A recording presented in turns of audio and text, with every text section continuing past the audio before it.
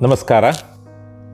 ರಾಷ್ಟ್ರೀಯ ಶಿಕ್ಷಣ ನೀತಿ 2020 ಇದರಲ್ಲಿ ಬರುವಂಥ ಅಧ್ಯಾಯ 4 ಶಾಲೆಗಳಲ್ಲಿ ಪಠ್ಯಕ್ರಮ ಮತ್ತು ಶಿಕ್ಷಣಶಾಸ್ತ್ರ, curriculum and pedagogy in schools. Learning should be holistic, integrated, enjoyable and engaging. ಹೊಸ ಶಿಕ್ಷಣ ನೀತಿಯಲ್ಲಿ ಹೊಸದಾದಂಥ ವಿನ್ಯಾಸದಲ್ಲಿ ಶಾಲಾ ಪಠ್ಯಕ್ರಮ ಮತ್ತು ಶಿಕ್ಷಣಶಾಸ್ತ್ರವನ್ನು ಪುನರ್ರಚಿಸುವುದು. ಇದನ್ನು 5, 3, 3, 4 ವರ್ಷಗಳಲ್ಲಿ ವಿಂಗಡಣೆ ಮಾಡಿರುತ್ತಾರೆ. 3ರಿಂದ 8ನೇ ವರ್ಷ, 8ರಿಂದ 11ನೇ ವರ್ಷ, 11ರಿಂದ 14ನೇ ವರ್ಷ ಮತ್ತು 14ರಿಂದ 18ನೇ ವರ್ಷದ ವಯಸ್ಸಿನ ಶ್ರೇಣಿಗಳಿಗೆ ಅನುಗುಣವಾಗಿ ಅವರ ಅಭಿವೃದ್ಧಿಯ ವಿವಿಧ ಹಂತಗಳಲ್ಲಿ ಕಲಿಯುವವರ ಅಭಿವೃದ್ಧಿ ಅಗತ್ಯಗಳು ಮತ್ತು ಆಸಕ್ತಿಗಳಿಗೆ ಸ್ಪಂದಿಸುವಂತಹ ಮತ್ತು ಪ್ರಸ್ತುತವಾಗುವಂತಹ ಶಾಲಾ ಶಿಕ್ಷಣದ ಪಠ್ಯಕ್ರಮ ಮತ್ತು ಶಿಕ್ಷಣ ರಚನೆಯನ್ನು ಪುನರ್ರಚಿಸಲಾಗುತ್ತದೆ.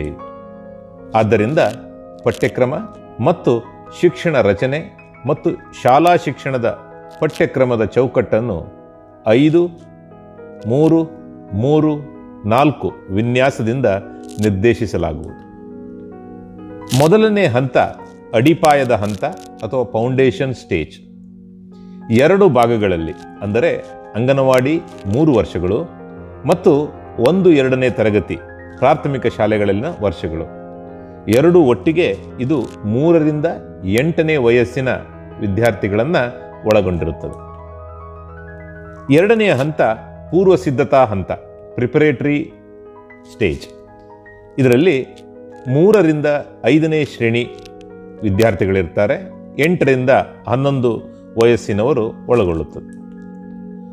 ಮಧ್ಯದ ಹಂತ ಅಥವಾ ಮೀಡಿಯಂ ಸ್ಟೇಜ್ 6ರಿಂದ 8ನೇ ತರಗತಿ, 6, 7, 8ನೇ ತರಗತಿ, 11ರಿಂದ 14 ವಯಸ್ಸಿನವರು ಇದರೊಳಗೆ ಇರ್ತಾರೆ.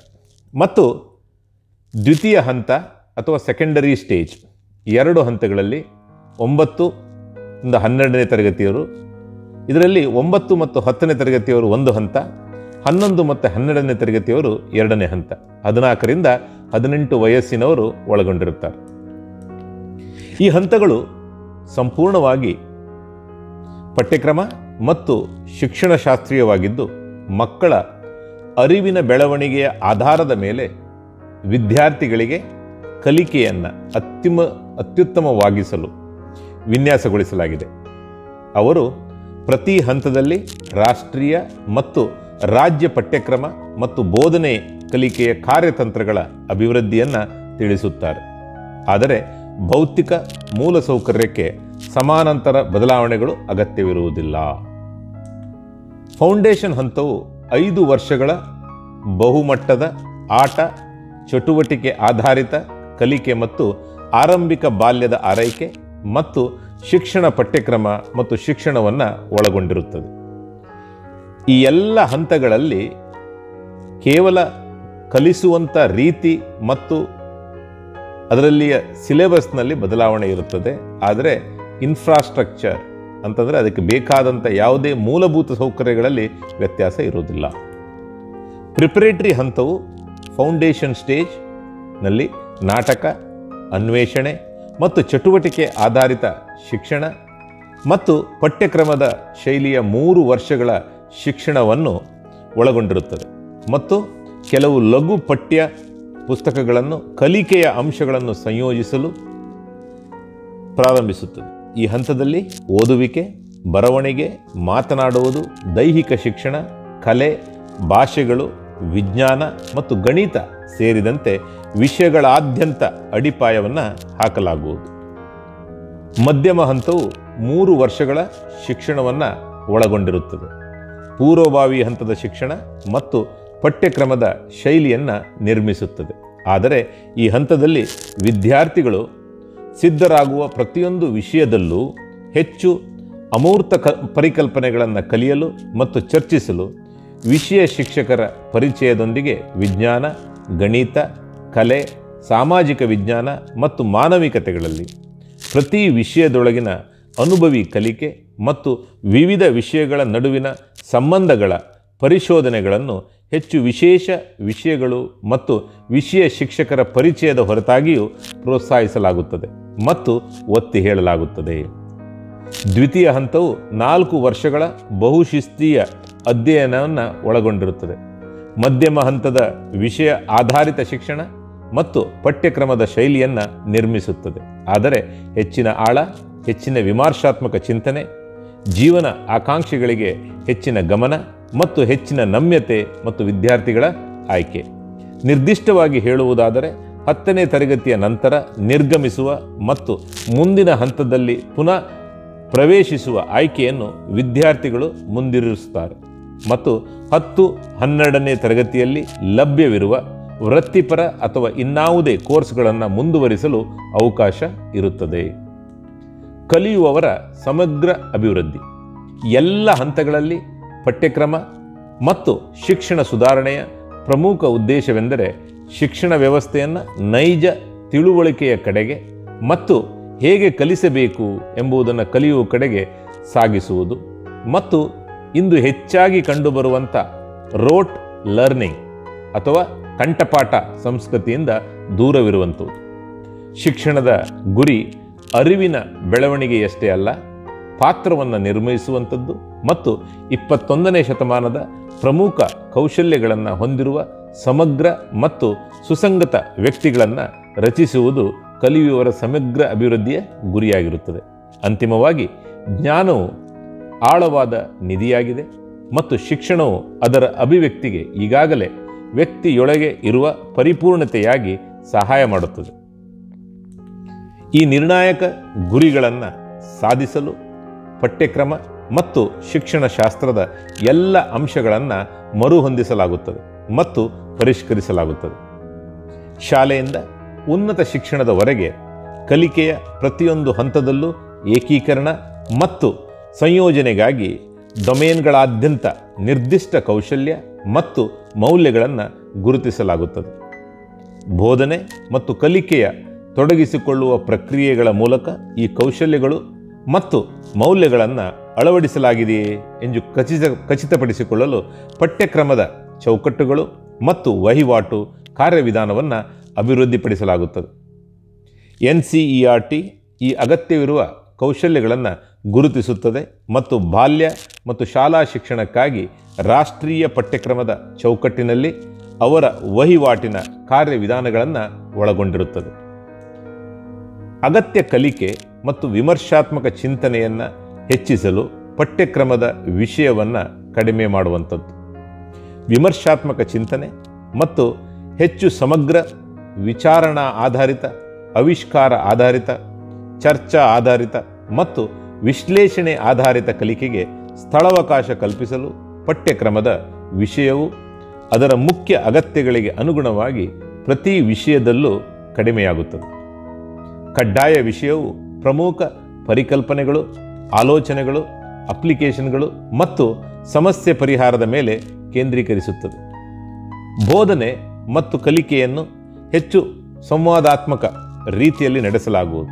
ಪ್ರಶ್ನೆಗಳನ್ನು ಪ್ರೋತ್ಸಾಹಿಸಲಾಗುತ್ತದೆ ಮತ್ತು ತರಗತಿಯ ಅವಧಿಗಳು ನಿಯಮಿತವಾಗಿ ವಿದ್ಯಾರ್ಥಿಗಳಿಗೆ ಹೆಚ್ಚು ಮೋಜಿನ, ಸೃಜನಶೀಲ, ಸಹಕಾರಿ ಮತ್ತು ಪರಿಶೋಧನಾ ಚಟುವಟಿಕೆಗಳನ್ನು ಆಳವಾದ ಮತ್ತು ಹೆಚ್ಚು ಅನುಭವಿ ಕಲಿಕೆಗಳಿಗಾಗಿ ಒಳಗೊಂಡಿರುತ್ತದೆ. ಅನುಭವಿ ಕಲಿಕೆ ಅಥವಾ ಪ್ರಾಯೋಗಿಕ ಕಲಿಕೆ, ಎಕ್ಸ್ಪೀರಿಯನ್ಷಿಯಲ್ ಲರ್ನಿಂಗ್, ಎಲ್ಲ ಹಂತಗಳಲ್ಲಿಯೂ ವಿವಿಧ ವಿಷಯಗಳ ನಡುವಿನ ಸಂಬಂಧಗಳ ಪರಿಶೋಧನೆಯೊಳಗಿನ ಪ್ರಾಮಾಣಿತ ಶಿಕ್ಷಣವಾಗಿ ಕಲಿಕೆ, ಕಲೆ ಸಂಯೋಜಿತ ಮತ್ತು ಕ್ರೀಡಾ ಸಂಯೋಜಿತ ಶಿಕ್ಷಣ, ಕತೆ ಹೇಳುವ ಆಧಾರಿತ ಶಿಕ್ಷಣಶಾಸ್ತ್ರ ಸೇರಿದಂತೆ ಪ್ರಾಯೋಗಿಕ ಕಲಿಕೆಯನ್ನು ಅಳವಡಿಸಿಕೊಳ್ಳಲಾಗುವುದು. ಕಲಿಕೆಯ ಫಲಿತಾಂಶಗಳ ಸಾಧನೆಯ ಅಂತರವನ್ನು ಮುಚ್ಚಲು ತರಗತಿಯ ವಹಿವಾಟುಗಳು ಸಾಮರ್ಥ್ಯ ಆಧಾರಿತ ಕಲಿಕೆ ಮತ್ತು ಶಿಕ್ಷಣದ ಕಡೆಗೆ ಬದಲಾಗುತ್ತದೆ. ಒಂದು ನಿರ್ದಿಷ್ಟ ವರ್ಗದ ಪ್ರತಿಯೊಂದು ವಿಷಯಕ್ಕೂ ನಿರ್ದಿಷ್ಟಪಡಿಸಿದಂತೆ ಮೌಲ್ಯಮಾಪನ ಪರಿಕರಗಳು ಸಹ ಕಲಿಕೆಯ ಫಲಿತಾಂಶಗಳು, ಸಾಮರ್ಥ್ಯಗಳು ಮತ್ತು ಇತ್ಯರ್ಥಗಳೊಂದಿಗೆ ಹೊಂದಿಕೆಯಾಗುತ್ತದೆ. ಕಲೆ ಏಕೀಕರಣದ ಪಠ್ಯಕ್ರಮ. ಕಲೆ ಏಕೀಕರಣವು ಪಠ್ಯಕ್ರಮದ ಶಿಸ್ತಿನ ವಿಧಾನವಾಗಿದ್ದು, ಇದು ಕಲೆ ಮತ್ತು ಸಂಸ್ಕೃತಿಯ ವಿವಿಧ ಅಂಶಗಳನ್ನು ಮತ್ತು ಸ್ವರೂಪಗಳನ್ನು ವಿಷಯಗಳಾದ್ಯಂತ ಪರಿಕಲ್ಪನೆಗಳನ್ನು ಕಲಿಯಲು ಆಧಾರವಾಗಿ ಬಳಸಿಕೊಳ್ಳುತ್ತದೆ. ಪ್ರಾಯೋಗಿಕ ಕಲಿಕೆಯ ಮೇಲಿನ ಒತ್ತಡ ಭಾಗವಾಗಿ ಕಲೆ ಸಂಯೋಜಿತ ಶಿಕ್ಷಣವು ತರಗತಿಯ ವಹಿವಾಟಿನಲ್ಲಿ ಸಂತೋಷದಾಯಕ ತರಗತಿ ಕೊಠಡಿಗಳನ್ನು ರಚಿಸುವುದಕ್ಕಾಗಿ ಮಾತ್ರವಲ್ಲದೆ ಪ್ರತಿ ಹಂತದಲ್ಲೂ ಬೋಧನೆ ಮತ್ತು ಕಲಿಕೆಯ ಪ್ರಕ್ರಿಯೆಯಲ್ಲಿ ಭಾರತೀಯ ಕಲೆ ಮತ್ತು ಸಂಸ್ಕೃತಿಯನ್ನು ಏಕೀಕರಿಸುವ ಮೂಲಕ ಭಾರತೀಯ ನೀತಿಗಳನ್ನು ಅಳವಡಿಸಿಕೊಳ್ಳುವುದಕ್ಕೂ ಸಹಕಾರಿಯಾಗುತ್ತದೆ. ಈ ಕಲಾ ಸಂಯೋಜಿತ ವಿಧಾನವು ಶಿಕ್ಷಣ ಮತ್ತು ಸಂಸ್ಕೃತಿಯ ನಡುವಿನ ಸಂಪರ್ಕವನ್ನು ಬಲಪಡಿಸುತ್ತದೆ. ಕ್ರೀಡೆ ಏಕೀಕರಣದ ಪಠ್ಯಕ್ರಮ. ಕ್ರೀಡೆ ಏಕೀಕರಣವು ಮತ್ತೊಂದು ಪಠ್ಯಕ್ರಮದ ವಿಧಾನವಾಗಿದ್ದು, ಸ್ಥಳೀಯ ಕ್ರೀಡೆಗಳು ಸೇರಿದಂತೆ ದೈಹಿಕ ಚಟುವಟಿಕೆಗಳನ್ನು ಶಿಕ್ಷಣ ಅಭ್ಯಾಸಗಳಲ್ಲಿ ಸಹಯೋಗ, ಸ್ವ ಉಪಕ್ರಮ, ಸ್ವನಿರ್ದೇಶನ, ಸ್ವಯಂ ಶಿಸ್ತು, ತಂಡದ ಕೆಲಸ, ಜವಾಬ್ದಾರಿ, ಪೌರತ್ವ ಇತ್ಯಾದಿ ಕೌಶಲ್ಯಗಳನ್ನು ಅಭಿವೃದ್ಧಿಪಡಿಸಲು ಸಹಾಯ ಮಾಡುತ್ತದೆ. ಫಿಟ್ನೆಸ್ ಆಂದೋಲನದಲ್ಲಿ ವಿದ್ಯಾರ್ಥಿಗಳಿಗೆ ಫಿಟ್ನೆಸ್ಸನ್ನು ಅಜೀವ ಮನೋಭಾವವಾಗಿ ಅಳವಡಿಸಿಕೊಳ್ಳಲು ಮತ್ತು ಫಿಟ್ನೆಸ್ನ ಮಟ್ಟಗಳ ಜೊತೆಗೆ ಸಂಬಂಧಿತ ಜೀವನ ಕೌಶಲ್ಯಗಳನ್ನು ಸಾಧಿಸಲು ಸಹಾಯ ಮಾಡಲು ತರಗತಿ ವ್ಯವಹಾರಗಳಲ್ಲಿ ಕ್ರೀಡಾ ಸಂಯೋಜಿತ ಕಲಿಕೆಯನ್ನು ಕೈಗೊಳ್ಳಲಾಗುವುದು. ಶಿಕ್ಷಣದಲ್ಲಿ ಕ್ರೀಡೆಗಳನ್ನು ಸಂಯೋಜಿಸುವ ಅಗತ್ಯವನ್ನು ಚೆನ್ನಾಗಿ ಗುರುತಿಸಲಾಗಿದೆ, ಏಕೆಂದರೆ ಇದು ದೈಹಿಕ ಮತ್ತು ಮಾನಸಿಕ ಯೋಗಕ್ಷೇಮವನ್ನು ಉತ್ತೇಜಿಸುವ ಮೂಲಕ ಸಮಗ್ರ ಅಭಿವೃದ್ಧಿಯನ್ನು ಹೆಚ್ಚಿಸಲು ಸಹಾಯ ಮಾಡುತ್ತದೆ ಮತ್ತು ಅರಿವಿನ ಸಾಮರ್ಥ್ಯಗಳನ್ನು ಕೂಡ ಹೆಚ್ಚಿಸುತ್ತದೆ. ಕೋರ್ಸ್ ಆಯ್ಕೆಯಲ್ಲಿ ನಮ್ಯತೆ ಮೂಲಕ ವಿದ್ಯಾರ್ಥಿಗಳನ್ನು ಸಶಕ್ತಗೊಳಿಸಿ. ಫ್ಲೆಕ್ಸಿಬಿಲಿಟಿ ಇನ್ ಕೋರ್ಸ್ ಸೆಲೆಕ್ಷನ್. ವಿದ್ಯಾರ್ಥಿಗಳಿಗೆ ದೈಹಿಕ ಶಿಕ್ಷಣ, ಕಲೆ ಮತ್ತು ಕರಕುಶಲ ವಸ್ತುಗಳು ಮತ್ತು ವೃತ್ತಿಪರ ಕೌಶಲ್ಯಗಳನ್ನು ಒಳಗೊಂಡಂತೆ ವಿಶೇಷವಾಗಿ ಮಾಧ್ಯಮಿಕ ಶಾಲೆಗಳಲ್ಲಿ ಅಧ್ಯಯನ ಮಾಡಲು ಹೆಚ್ಚಿನ ನಮ್ಯತೆ ಮತ್ತು ವಿಷಯಗಳ ಆಯ್ಕೆಯನ್ನು ನೀಡಲಾಗುವುದು. ಇದರಿಂದ ಅವರು ತಮ್ಮದೇ ಆದ ಅಧ್ಯಯನ ಮಾರ್ಗಗಳನ್ನು ಮತ್ತು ಜೀವನ ಯೋಜನೆಗಳನ್ನು ವಿನ್ಯಾಸಗೊಳಿಸಬಹುದು. ಸಮಗ್ರ ಅಭಿವೃದ್ಧಿ ಮತ್ತು ವರ್ಷದಿಂದ ವರ್ಷಕ್ಕೆ ವ್ಯಾಪಕವಾದ ವಿಷಯಗಳು ಮತ್ತು ಕೋರ್ಸ್ಗಳು ಮಾಧ್ಯಮಿಕ ಶಾಲಾ ಶಿಕ್ಷಣದ ಹೊಸ ವಿಶಿಷ್ಟ ಲಕ್ಷಣವಾಗಿದೆ. ಪಠ್ಯಕ್ರಮ, ಪಠ್ಯೇತರ ಅಥವಾ ಸಹ ಪಠ್ಯಕ್ರಮ. ಕಲೆಗಳು, ಮಾನವಿಕತೆಗಳು ಮತ್ತು ವಿಜ್ಞಾನಗಳು ನಡುವೆ ಅಥವಾ ವೃತ್ತಿಪರ ಅಥವಾ ಶೈಕ್ಷಣಿಕ ಸ್ಟ್ರೀಮ್ಗಳ ನಡುವೆ ಕಠಿಣವಾದಂಥ ಪ್ರತ್ಯೇಕತೆ ಇರುವುದಿಲ್ಲ. ವಿಜ್ಞಾನ, ಮಾನವಿಕತೆ ಮತ್ತು ಗಣಿತದ ಜೊತೆಗೆ ದೈಹಿಕ ಶಿಕ್ಷಣ, ಕಲೆ ಮತ್ತು ಕರಕುಶಲ ವಸ್ತುಗಳು ಮತ್ತು ವೃತ್ತಿಪರ ಕೌಶಲ್ಯಗಳನ್ನು ಶಾಲಾ ಪಠ್ಯಕ್ರಮಾದ್ಯಂತ ಸಂಯೋಜಿಸಲಾಗುವುದು. ಪ್ರತಿ ವಯಸ್ಸಿನಲ್ಲೂ ಆಸಕ್ತಿದಾಯಕ ಮತ್ತು ಸುರಕ್ಷಿತವಾದದ್ದನ್ನು ಪರಿಗಣಿಸಿ ಈ ಒಂದು ಕೋರ್ಸ್ ಆಯ್ಕೆಯಲ್ಲಿನ ನಮ್ಯತೆಯನ್ನು ಒದಗಿಸುವಂಥದ್ದು. ಸೆಮಿಸ್ಟರ್ ವ್ಯವಸ್ಥೆಯತ್ತ ಸಾಗುವುದನ್ನು ಕೂಡ ಪರಿಗಣಿಸಬಹುದು. ಶಾಲಾ ಶಿಕ್ಷಣದ 4 ಹಂತಗಳಲ್ಲಿ ಪ್ರತಿಯೊಂದು ವಿವಿಧ ಪ್ರದೇಶಗಳಲ್ಲಿ ಸಾಧ್ಯವಾದದ್ದಕ್ಕೆ ಅನುಗುಣವಾಗಿ ಸೆಮಿಸ್ಟರ್ ಅಥವಾ ಇತರ ಯಾವುದೇ ವ್ಯವಸ್ಥೆಯತ್ತ ಸಾಗುವುದನ್ನು ಪರಿಗಣಿಸಬಹುದು. ಕಡಿಮೆ ಮಾಡ್ಯೂಲ್ಗಳನ್ನು ಸೇರಿಸಲು ಅಥವಾ ಪರ್ಯಾಯ ದಿನಗಳಲ್ಲಿ ಕಲಿಸುವ ಕೋರ್ಸ್ಗಳನ್ನು ಸೇರಿಸಲು ಅನುವು ಮಾಡಿಕೊಡುತ್ತದೆ. ಹೆಚ್ಚಿನ ವಿಷಯಗಳಿಗೆ ಒಡ್ಡಿಕೊಳ್ಳುವುದನ್ನು ಅನುಮತಿಸಿ ಮತ್ತು ಹೆಚ್ಚಿನ ನಮ್ಯತೆಯನ್ನು ಇದು ಸಕ್ರಿಯಗೊಳಿಸುತ್ತದೆ. ಕಲೆಗಳು, ವಿಜ್ಞಾನಗಳು, ಮಾನವಿಕತೆಗಳು, ಭಾಷೆಗಳು, ಕ್ರೀಡೆಗಳು ಮತ್ತು ವೃತ್ತಿಪರ ವಿಷಯಗಳು ಸೇರಿದಂತೆ ಹೆಚ್ಚಿನ ವ್ಯಾಪ್ತಿಯ ವಿಷಯಗಳಿಗೆ ಹೆಚ್ಚಿನ ನಮ್ಯತೆ ಮತ್ತು ಮಾನ್ಯತೆ ಮತ್ತು ಆನಂದದ ಈ ಗುರಿಗಳನ್ನು ಸಾಧಿಸಲು ರಾಜ್ಯಗಳು ನವೀನ ವಿಧಾನಗಳನ್ನು ಗಮನಿಸಬಹುದು. ಬಹುಭಾಷಾ ಮತ್ತು ಭಾಷೆಯ ಶಕ್ತಿ. ಮಾತೃಭಾಷಾ ಶಿಕ್ಷಣ. ಚಿಕ್ಕ ಮಕ್ಕಳು ತಮ್ಮ ಮಾತೃಭಾಷೆಯಲ್ಲಿ ಕ್ಷುಲ್ಲಕವಲ್ಲದ ಪರಿಕಲ್ಪನೆಗಳನ್ನು ಹೆಚ್ಚು ಬೇಗನೆ ಕಲಿಯುತ್ತಾರೆ ಮತ್ತು ಗ್ರಹಿಸುತ್ತಾರೆ ಎಂಬುದನ್ನು ಚೆನ್ನಾಗಿ ತಿಳಿದಿದೆ. ಮನೆ ಭಾಷೆ ಸಾಮಾನ್ಯವಾಗಿ ಮಾತೃಭಾಷೆಯಂತೆ ಅಥವಾ ಸ್ಥಳೀಯ ಸಮುದಾಯಗಳು ಮಾತನಾಡುವಂಥ ಭಾಷೆಯಾಗಿರುತ್ತದೆ. ಆದಾಗ್ಯೂ ಬಹುಭಾಷಾ ಕುಟುಂಬದಲ್ಲಿ ಕೆಲವೊಮ್ಮೆ ಇತರ ಕುಟುಂಬ ಸದಸ್ಯರು ಮಾತನಾಡುವ ಮನೆ ಭಾಷೆ ಕೂಡ ಇರಬಹುದು. ಅದು ಕೆಲವೊಮ್ಮೆ ಮಾತೃಭಾಷೆ ಅಥವಾ ಸ್ಥಳೀಯ ಭಾಷೆಗಳಿಂದ ಭಿನ್ನವಾಗಿಯೂ ಇರಬಹುದು. ಸಾಧ್ಯವಾದಲ್ಲೆಲ್ಲ ಕನಿಷ್ಠ 5ನೇ ತರಗತಿಯವರೆಗೆ, ಆದರೆ ಮೇಲಾಗಿ 8ನೇ ತರಗತಿಯವರೆಗೆ ಅದಕ್ಕೂ ಮೀರಿದ ಬೋಧನಾ ಮಾಧ್ಯಮವು ಮಾತೃಭಾಷೆ, ಸ್ಥಳೀಯ ಭಾಷೆ, ಪ್ರಾದೇಶಿಕ ಭಾಷೆಯಿಂದ ಒಳಗೊಂಡಿರುತ್ತದೆ. ಅದರ ನಂತರ ಮನೆ ಮತ್ತು ಸ್ಥಳೀಯ ಭಾಷೆಯನ್ನು ಸಾಧ್ಯವಾದಲ್ಲೆಲ್ಲ ಭಾಷೆಯಾಗಿ ಕಲಿಸುವುದು ಮುಂದುವರಿಯುತ್ತದೆ. ಸರಕಾರಿ ಹಾಗೂ ಖಾಸಗಿ ಶಾಲೆಗಳು ಒಂದೇ ರೀತಿಯ ನಿಯಮವನ್ನು ಪಾಲಿಸಬೇಕು. ವಿಜ್ಞಾನ ಸೇರಿದಂತೆ ಉನ್ನತ ಗುಣಮಟ್ಟದ ಪುಸ್ತಕಗಳು ಮನೆ ಭಾಷೆಗಳಲ್ಲಿ, ಮಾತೃಭಾಷೆಗಳಲ್ಲಿ ಲಭ್ಯವಿರುತ್ತದೆ. ಮಗು ಮಾತನಾಡುವ ಭಾಷೆ ಮತ್ತು ಬೋಧನಾ ಮಾಧ್ಯಮದ ನಡುವೆ ಇರುವ ಯಾವುದೇ ಅಂತರವನ್ನು ನಿವಾರಿಸಲಾಗಿದೆಯೇ ಎಂದು ಖಚಿತಪಡಿಸಿಕೊಳ್ಳಲು ಎಲ್ಲ ಪ್ರಯತ್ನಗಳನ್ನು ಮೊದಲೇ ಮಾಡಬೇಕು. ಮನೆ ಭಾಷೆ ಅಥವಾ ಮಾತೃಭಾಷೆಯ ಪಠ್ಯಪುಸ್ತಕದ ವಸ್ತುಗಳು ಲಭ್ಯವಿಲ್ಲದ ಸಂದರ್ಭದಲ್ಲಿ ಶಿಕ್ಷಕರು ಮತ್ತು ವಿದ್ಯಾರ್ಥಿ ನಡುವಿನ ವಹಿವಾಟಿನ ಭಾಷೆ ಸಾಧ್ಯವಾದಲ್ಲೆಲ್ಲ ಇನ್ನು ಮಾತೃಭಾಷೆ ಅಥವಾ ಮಾತೃಭಾಷೆಯಾಗಿಯೇ ಉಳಿಯುತ್ತದೆ. ದ್ವಿಭಾಷಾ ಬೋಧನೆ, ಕಲಿಕಾ ಸಾಮಗ್ರಿಗಳು ಸೇರಿದಂತೆ ದ್ವಿಭಾಷಾ ವಿಧಾನವನ್ನು ಬಳಸಲು ಶಿಕ್ಷಕರನ್ನು ಪ್ರೋತ್ಸಾಹಿಸಲಾಗುತ್ತದೆ. ಅವರ ವಿದ್ಯಾರ್ಥಿಗಳೊಂದಿಗೆ ಅವರ ಭಾಷೆ ಬೋಧನೆ ಮಾಧ್ಯಮಕ್ಕಿಂತ ಭಿನ್ನವಾಗಿರಬಹುದು. ಎಲ್ಲ ಭಾಷೆಗಳನ್ನು ಎಲ್ಲ ವಿದ್ಯಾರ್ಥಿಗಳಿಗೆ ಉತ್ತಮ ಗುಣಮಟ್ಟದ ಕಲಿಸಲಾಗುತ್ತದೆ. ಒಂದು ಭಾಷೆಯನ್ನು ಕಲಿಸಲು ಮತ್ತು ಚೆನ್ನಾಗಿ ಕಲಿಯಲು ಬೋಧನಾ ಮಾಧ್ಯಮವಾಗಿರಬೇಕಾಗಿಲ್ಲ. ಬಹುಭಾಷಾ ಸಿದ್ಧಾಂತ 2ನೇಯಿಂದ 8ನೇ ವರ್ಷದೊಳಗಿನ ಮಕ್ಕಳು ಭಾಷೆಗಳನ್ನು ಬೇಗನೆ ಎತ್ತಿಕೊಳ್ಳುತ್ತಾರೆ ಮತ್ತು ಬಹುಭಾಷಾ ಸಿದ್ಧಾಂತವು ಯುವ ವಿದ್ಯಾರ್ಥಿಗಳಿಗೆ ಉತ್ತಮ ಅರಿವಿನ ಪ್ರಯೋಜನಗಳನ್ನು ಹೊಂದಿದೆ ಎಂದು ಸಂಶೋಧನೆ ಸ್ಪಷ್ಟವಾಗಿ ತೋರಿಸುತ್ತದೆ. ಮಕ್ಕಳು ಮೊದಲಿನಿಂದಲೂ ವಿವಿಧ ಭಾಷೆಗಳಿಗೆ ಒಡ್ಡಿಕೊಳ್ಳುತ್ತಾರೆ, ಆದರೆ ಮಾತೃಭಾಷೆಗೆ ನಿರ್ದಿಷ್ಟವಾದಂಥ ಒತ್ತು ನೀಡಬೇಕು. ಫೌಂಡೇಶನ್ ಹಂತದಿಂದ ಈ ಒಂದು ಕೆಲಸ ಆಗಬೇಕು ಅನ್ನುವಂಥದ್ದು ಉಲ್ಲೇಖ. ಎಲ್ಲ ಭಾಷೆಗಳನ್ನು ಆಹ್ಲಾದಿಸಬಹುದು ಮತ್ತು ಸಂವಾದಾತ್ಮಕ ಶೈಲಿಯಲ್ಲಿ ಕಲಿಸಲಾಗುತ್ತದೆ. ಸಾಕಷ್ಟು ಸಂವಾದಾತ್ಮಕ ಸಂಭಾಷಣೆಗಳೊಂದಿಗೆ ಮತ್ತು ಆರಂಭಿಕ ವರ್ಷಗಳಲ್ಲಿ ಮಾತೃಭಾಷೆಯಲ್ಲಿ ಆರಂಭಿಕ ಓದುವಿಕೆ ಮತ್ತು ತರುವಾಯ ಬರೆಯುವುದು ಮತ್ತು ಗ್ರೇಡ್ 3 ಮತ್ತು ಅದಕ್ಕೂ ಮೀರಿದ ಇತರ ಭಾಷೆಗಳಲ್ಲಿ ಓದಲು ಮತ್ತು ಬರೆಯಲು ಅಭಿವೃದ್ಧಿಪಡಿಸಿದ ಕೌಶಲ್ಯಗಳೊಂದಿಗೆ ಲಭ್ಯ ಇರಬೇಕು. ದೇಶದಾದ್ಯಂತ ಎಲ್ಲ ಪ್ರಾದೇಶಿಕ ಭಾಷೆಗಳಲ್ಲಿ ಹೆಚ್ಚಿನ ಸಂಖ್ಯೆಯಲ್ಲಿ ಭಾಷಾ ಶಿಕ್ಷಕರಲ್ಲಿ ಹೂಡಿಕೆ ಮಾಡಲು ಕೇಂದ್ರ ಮತ್ತು ರಾಜ್ಯ ಸರ್ಕಾರಗಳಿಂದ ಪ್ರಮುಖ ಪ್ರಯತ್ನ ನಡೆಸಬೇಕು ಮತ್ತು ನಿರ್ದಿಷ್ಟವಾಗಿ ಭಾರತದ ಸಂವಿಧಾನದ 8ನೇ ವೇಳಾಪಟ್ಟಿಯಲ್ಲಿ ಉಲ್ಲೇಖಿಸಲಾದ ಎಲ್ಲ ಭಾಷೆಗಳಿಗೆ ಈ ಒಂದು ಶಿಕ್ಷಕರ ನೇಮಕ ಅತಿ ಅಗತ್ಯ. ರಾಜ್ಯಗಳು, ವಿಶೇಷವಾಗಿ ಭಾರತದ ವಿವಿಧ ಪ್ರದೇಶಗಳ ರಾಜ್ಯಗಳು ಒಬ್ಬರಿಗೊಬ್ಬರು ಹೆಚ್ಚಿನ ಸಂಖ್ಯೆಯಲ್ಲಿ ಶಿಕ್ಷಕರನ್ನು ನೇಮಿಸಿಕೊಳ್ಳಲು ಆಯಾ ರಾಜ್ಯಗಳಲ್ಲಿ 3 ಭಾಷೆಯ ಸೂತ್ರವನ್ನು ಪೂರೈಸಲು ಮತ್ತು ದೇಶದಾದ್ಯಂತ ಭಾರತೀಯ ಭಾಷೆಗಳ ಅಧ್ಯಯನವನ್ನು ಉತ್ತೇಜಿಸಲು ದ್ವಿಪಕ್ಷೀಯ ಒಪ್ಪಂದಗಳನ್ನು ಕೂಡ ಮಾಡಿಕೊಳ್ಳಬಹುದು.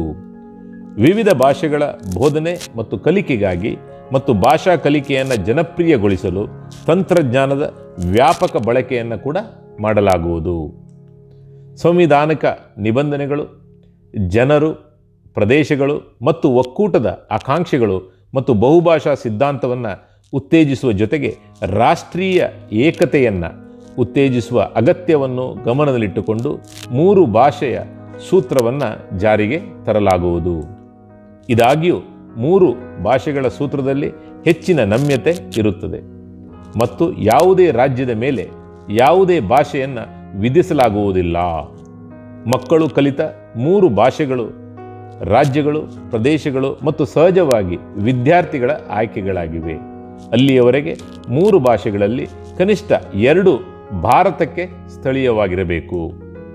ನಿರ್ದಿಷ್ಟವಾಗಿ ಹೇಳುವುದಾದರೆ ಅವರು ಕಲಿಯುತ್ತಿರುವ 3 ಭಾಷೆಗಳಲ್ಲಿ 1 ಅಥವಾ ಹೆಚ್ಚಿನದನ್ನು ಬದಲಾಯಿಸಲು ಬಯಸುವ ವಿದ್ಯಾರ್ಥಿಗಳು 6 ಅಥವಾ 7ನೇ ತರಗತಿಯಲ್ಲಿ ಮಾಡಬಹುದು.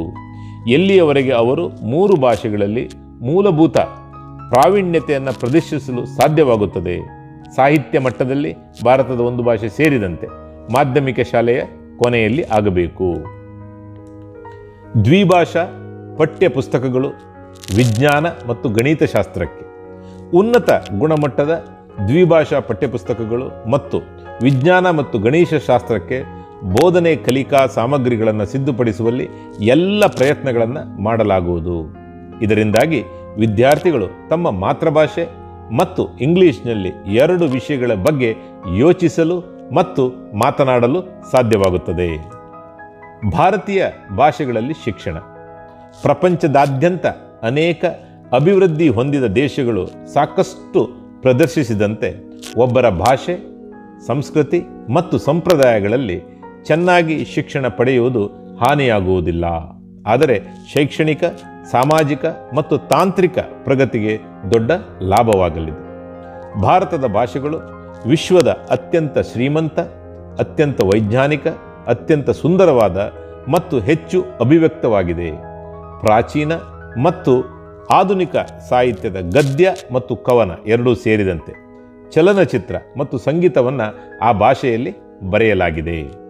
ರಾಷ್ಟ್ರೀಯ ಗುರುತು ಮತ್ತು ಸಂಪತ್ತು, ಸಾಂಸ್ಕೃತಿಕ ಪುಷ್ಟೀಕರಣ ಮತ್ತು ರಾಷ್ಟ್ರೀಯ ಏಕೀಕರಣದ ಉದ್ದೇಶಗಳಿಗಾಗಿ ಎಲ್ಲ ಯುವ ಭಾರತೀಯರು ತಮ್ಮ ದೇಶದ ಶ್ರೀಮಂತ ಮತ್ತು ವಿಶಾಲವಾದ ಭಾಷೆಗಳ ಬಗ್ಗೆ ಮತ್ತು ಸಾಹಿತ್ಯ ಸಂಪತ್ತಿನ ಬಗ್ಗೆ ತಿಳಿದಿರಬೇಕು ಅನ್ನುವಂಥದ್ದು ಉದ್ದೇಶ. ಭಾರತದ ಭಾಷೆಗಳ ಕುರಿತಾದಂಥ ಚಟುವಟಿಕೆಗಳು. ದೇಶದ ಪ್ರತಿಯೊಬ್ಬ ವಿದ್ಯಾರ್ಥಿಯು ಭಾರತದ ಭಾಷೆಗಳ ಕುರಿತು ಒಂದು ಮೋಜಿನ ಯೋಜನೆ ಅಥವಾ ಚಟುವಟಿಕೆಯಲ್ಲಿ ಭಾಗವಹಿಸುತ್ತಾನೆ. ಕೆಲವೊಮ್ಮೆ 6ರಿಂದ 8ನೇ ತರಗತಿಯಲ್ಲಿ, ಉದಾಹರಣೆಗೆ ಏಕ್ ಭಾರತ್ ಶ್ರೇಷ್ಠ ಭಾರತ್ ಉಪಕ್ರಮದ ಅಡಿಯಲ್ಲಿ ಈ ಕೆಲಸವನ್ನು ಮಾಡಬಹುದು.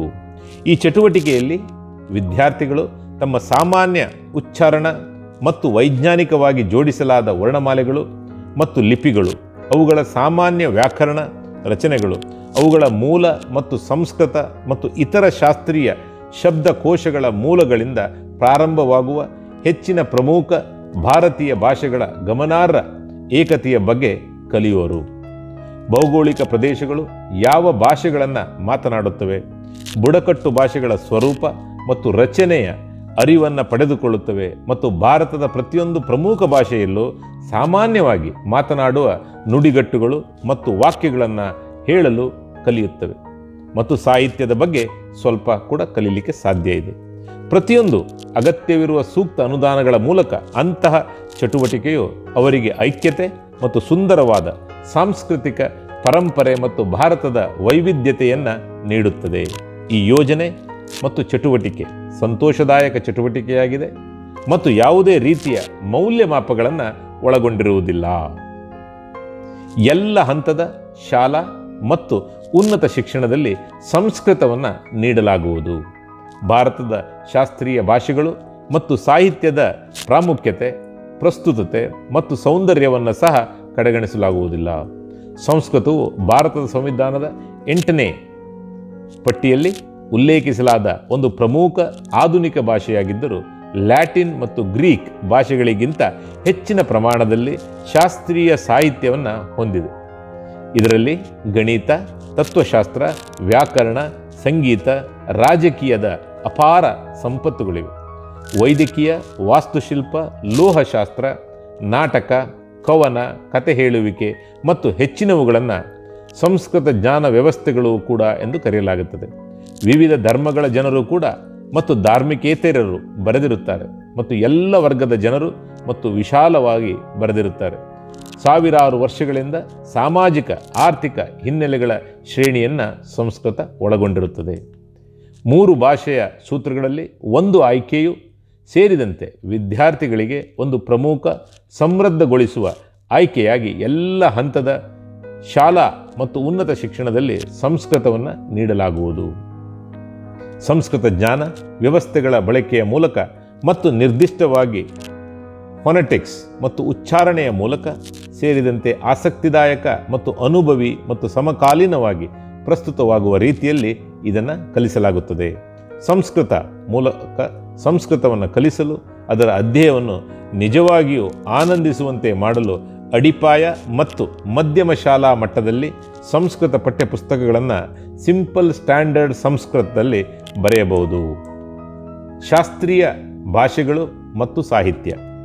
ತಮಿಳು, ತೆಲುಗು, ಕನ್ನಡ, ಮಲಯಾಳಂ, ಒಡಿಯಾ, ಪಾಲಿ, ಪರ್ಷಿಯನ್ ಮತ್ತು ಪ್ರಾಕೃತ್ ಸೇರಿದಂತೆ ಸಂಸ್ಕೃತ ಭಾರತದ ಇತರ ಶಾಸ್ತ್ರೀಯ ಭಾಷೆಗಳು ಮತ್ತು ಸಾಹಿತ್ಯಗಳು ಶಾಲೆಗಳಲ್ಲಿ ವಿದ್ಯಾರ್ಥಿಗಳಿಗೆ ಆಯ್ಕೆಯಾಗಿ ವ್ಯಾಪಕವಾಗಿ ಲಭ್ಯವಾಗಬೇಕು.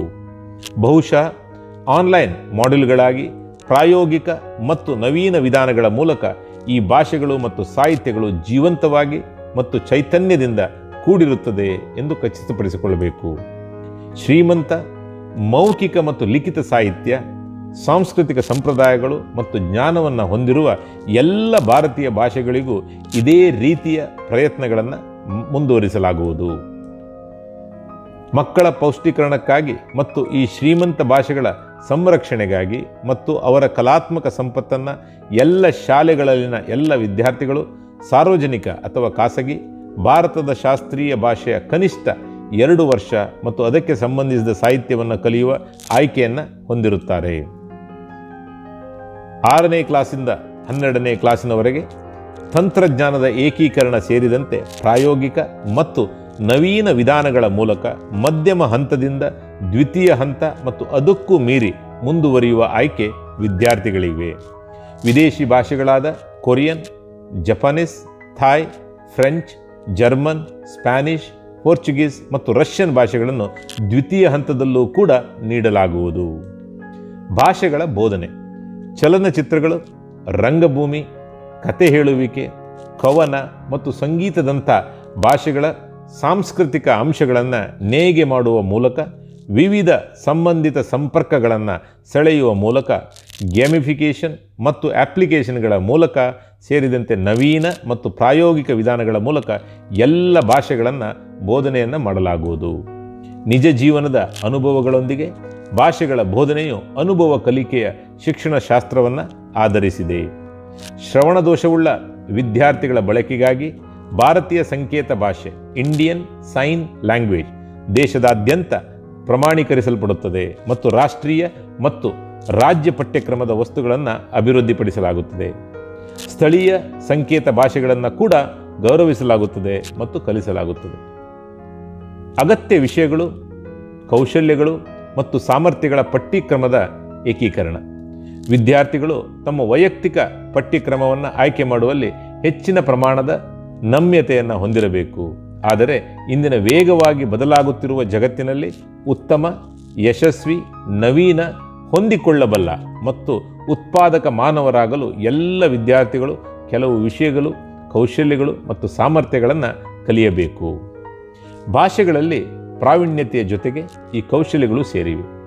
ವೈಜ್ಞಾನಿಕ ಮನೋಭಾವ, ಪುರಾವೆ ಆಧಾರಿತ ಚಿಂತನೆ, ಸೃಜನಶೀಲತೆ ಮತ್ತು ನವೀನತೆ, ಸೌಂದರ್ಯ ಮತ್ತು ಕಲೆಯ ಅರ್ಥ, ಮೌಖಿಕ ಮತ್ತು ಲಿಖಿತ ಸಂವಹನ, ಆರೋಗ್ಯ ಮತ್ತು ಪೋಷಣೆ, ದೈಹಿಕ ಶಿಕ್ಷಣ, ಫಿಟ್ನೆಸ್, ಕ್ಷೇಮ ಮತ್ತು ಕ್ರೀಡೆ, ಸಹಯೋಗ ಮತ್ತು ತಂಡದ ಕೆಲಸ, ಸಮಸ್ಯೆ ಪರಿಹಾರ ಮತ್ತು ತಾರ್ಕಿಕ ಕ್ರಿಯೆ, ವೃತ್ತಿಪರ ಮಾನ್ಯತೆ ಮತ್ತು ಕೌಶಲ್ಯಗಳು, ಡಿಜಿಟಲ್ ಸಾಕ್ಷರತೆ, ಕೋಡಿಂಗ್ ಮತ್ತು ಕಂಪ್ಯೂಟೇಷನಲ್ ಚಿಂತನೆ, ನೈತಿಕ ತಾರ್ಕಿಕ ಕ್ರಿಯೆ, ಮಾನವ ಮತ್ತು ಸಂವಿಧಾನಕ ಮೌಲ್ಯಗಳ ಜ್ಞಾನ ಮತ್ತು ಅಭ್ಯಾಸ, ಲಿಂಗ ಸಂವೇದನೆ, ಮೂಲಭೂತ ಕರ್ತವ್ಯಗಳು, ಪೌರತ್ವ ಕೌಶಲ್ಯ ಮತ್ತು ಮೌಲ್ಯಗಳು, ಭಾರತದ ಜ್ಞಾನ, ನೀರು ಮತ್ತು ಸಂಪನ್ಮೂಲ ರಕ್ಷಣೆ, ನೈರ್ಮಲ್ಯ ಮತ್ತು ಪರಿಸರ ಜಾಗೃತಿ ಮತ್ತು ಪ್ರಸ್ತುತ ವ್ಯವಹಾರಗಳು ಮತ್ತು ಸ್ಥಳೀಯ ಸಮುದಾಯಗಳು, ರಾಜ್ಯಗಳು, ದೇಶ ಮತ್ತು ಪ್ರಪಂಚವು ಎದುರಿಸುತ್ತಿರುವಂಥ ನಿರ್ಣಾಯಕ ವಿಷಯಗಳ ಜ್ಞಾನ ಮಕ್ಕಳಿಗೆ ಇರಬೇಕು.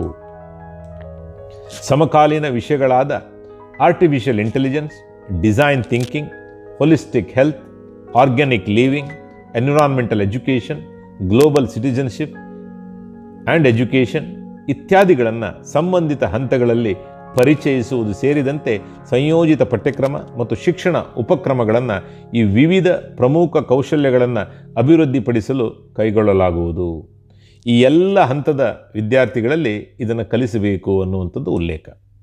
ಕೃತಕ ಬುದ್ಧಿಮತ್ತೆ, ಆರ್ಟಿಫಿಷಿಯಲ್ ಇಂಟೆಲಿಜೆನ್ಸ್, ಯಂತ್ರ ಕಲಿಕೆ, ದತ್ತಾಂಶ ವಿಜ್ಞಾನ ಇತ್ಯಾದಿಗಳನ್ನು ಒಳಗೊಂಡಿರುವ ಹಲವಾರು ಮುಂಬರುವ ಕ್ಷೇತ್ರಗಳು ಮತ್ತು ವೃತ್ತಿಗಳಲ್ಲಿ ಭಾರತದ ಭವಿಷ್ಯ ಮತ್ತು ಭಾರತದ ನಾಯಕತ್ವದ ಪ್ರಾತ್ಯಕ್ಷತೆ ಗಣಿತದ ಚಿಂತನೆಯು ಬಹಳ ಮುಖ್ಯ ಎಂದು ಗುರುತಿಸಲಾಗಿದೆ.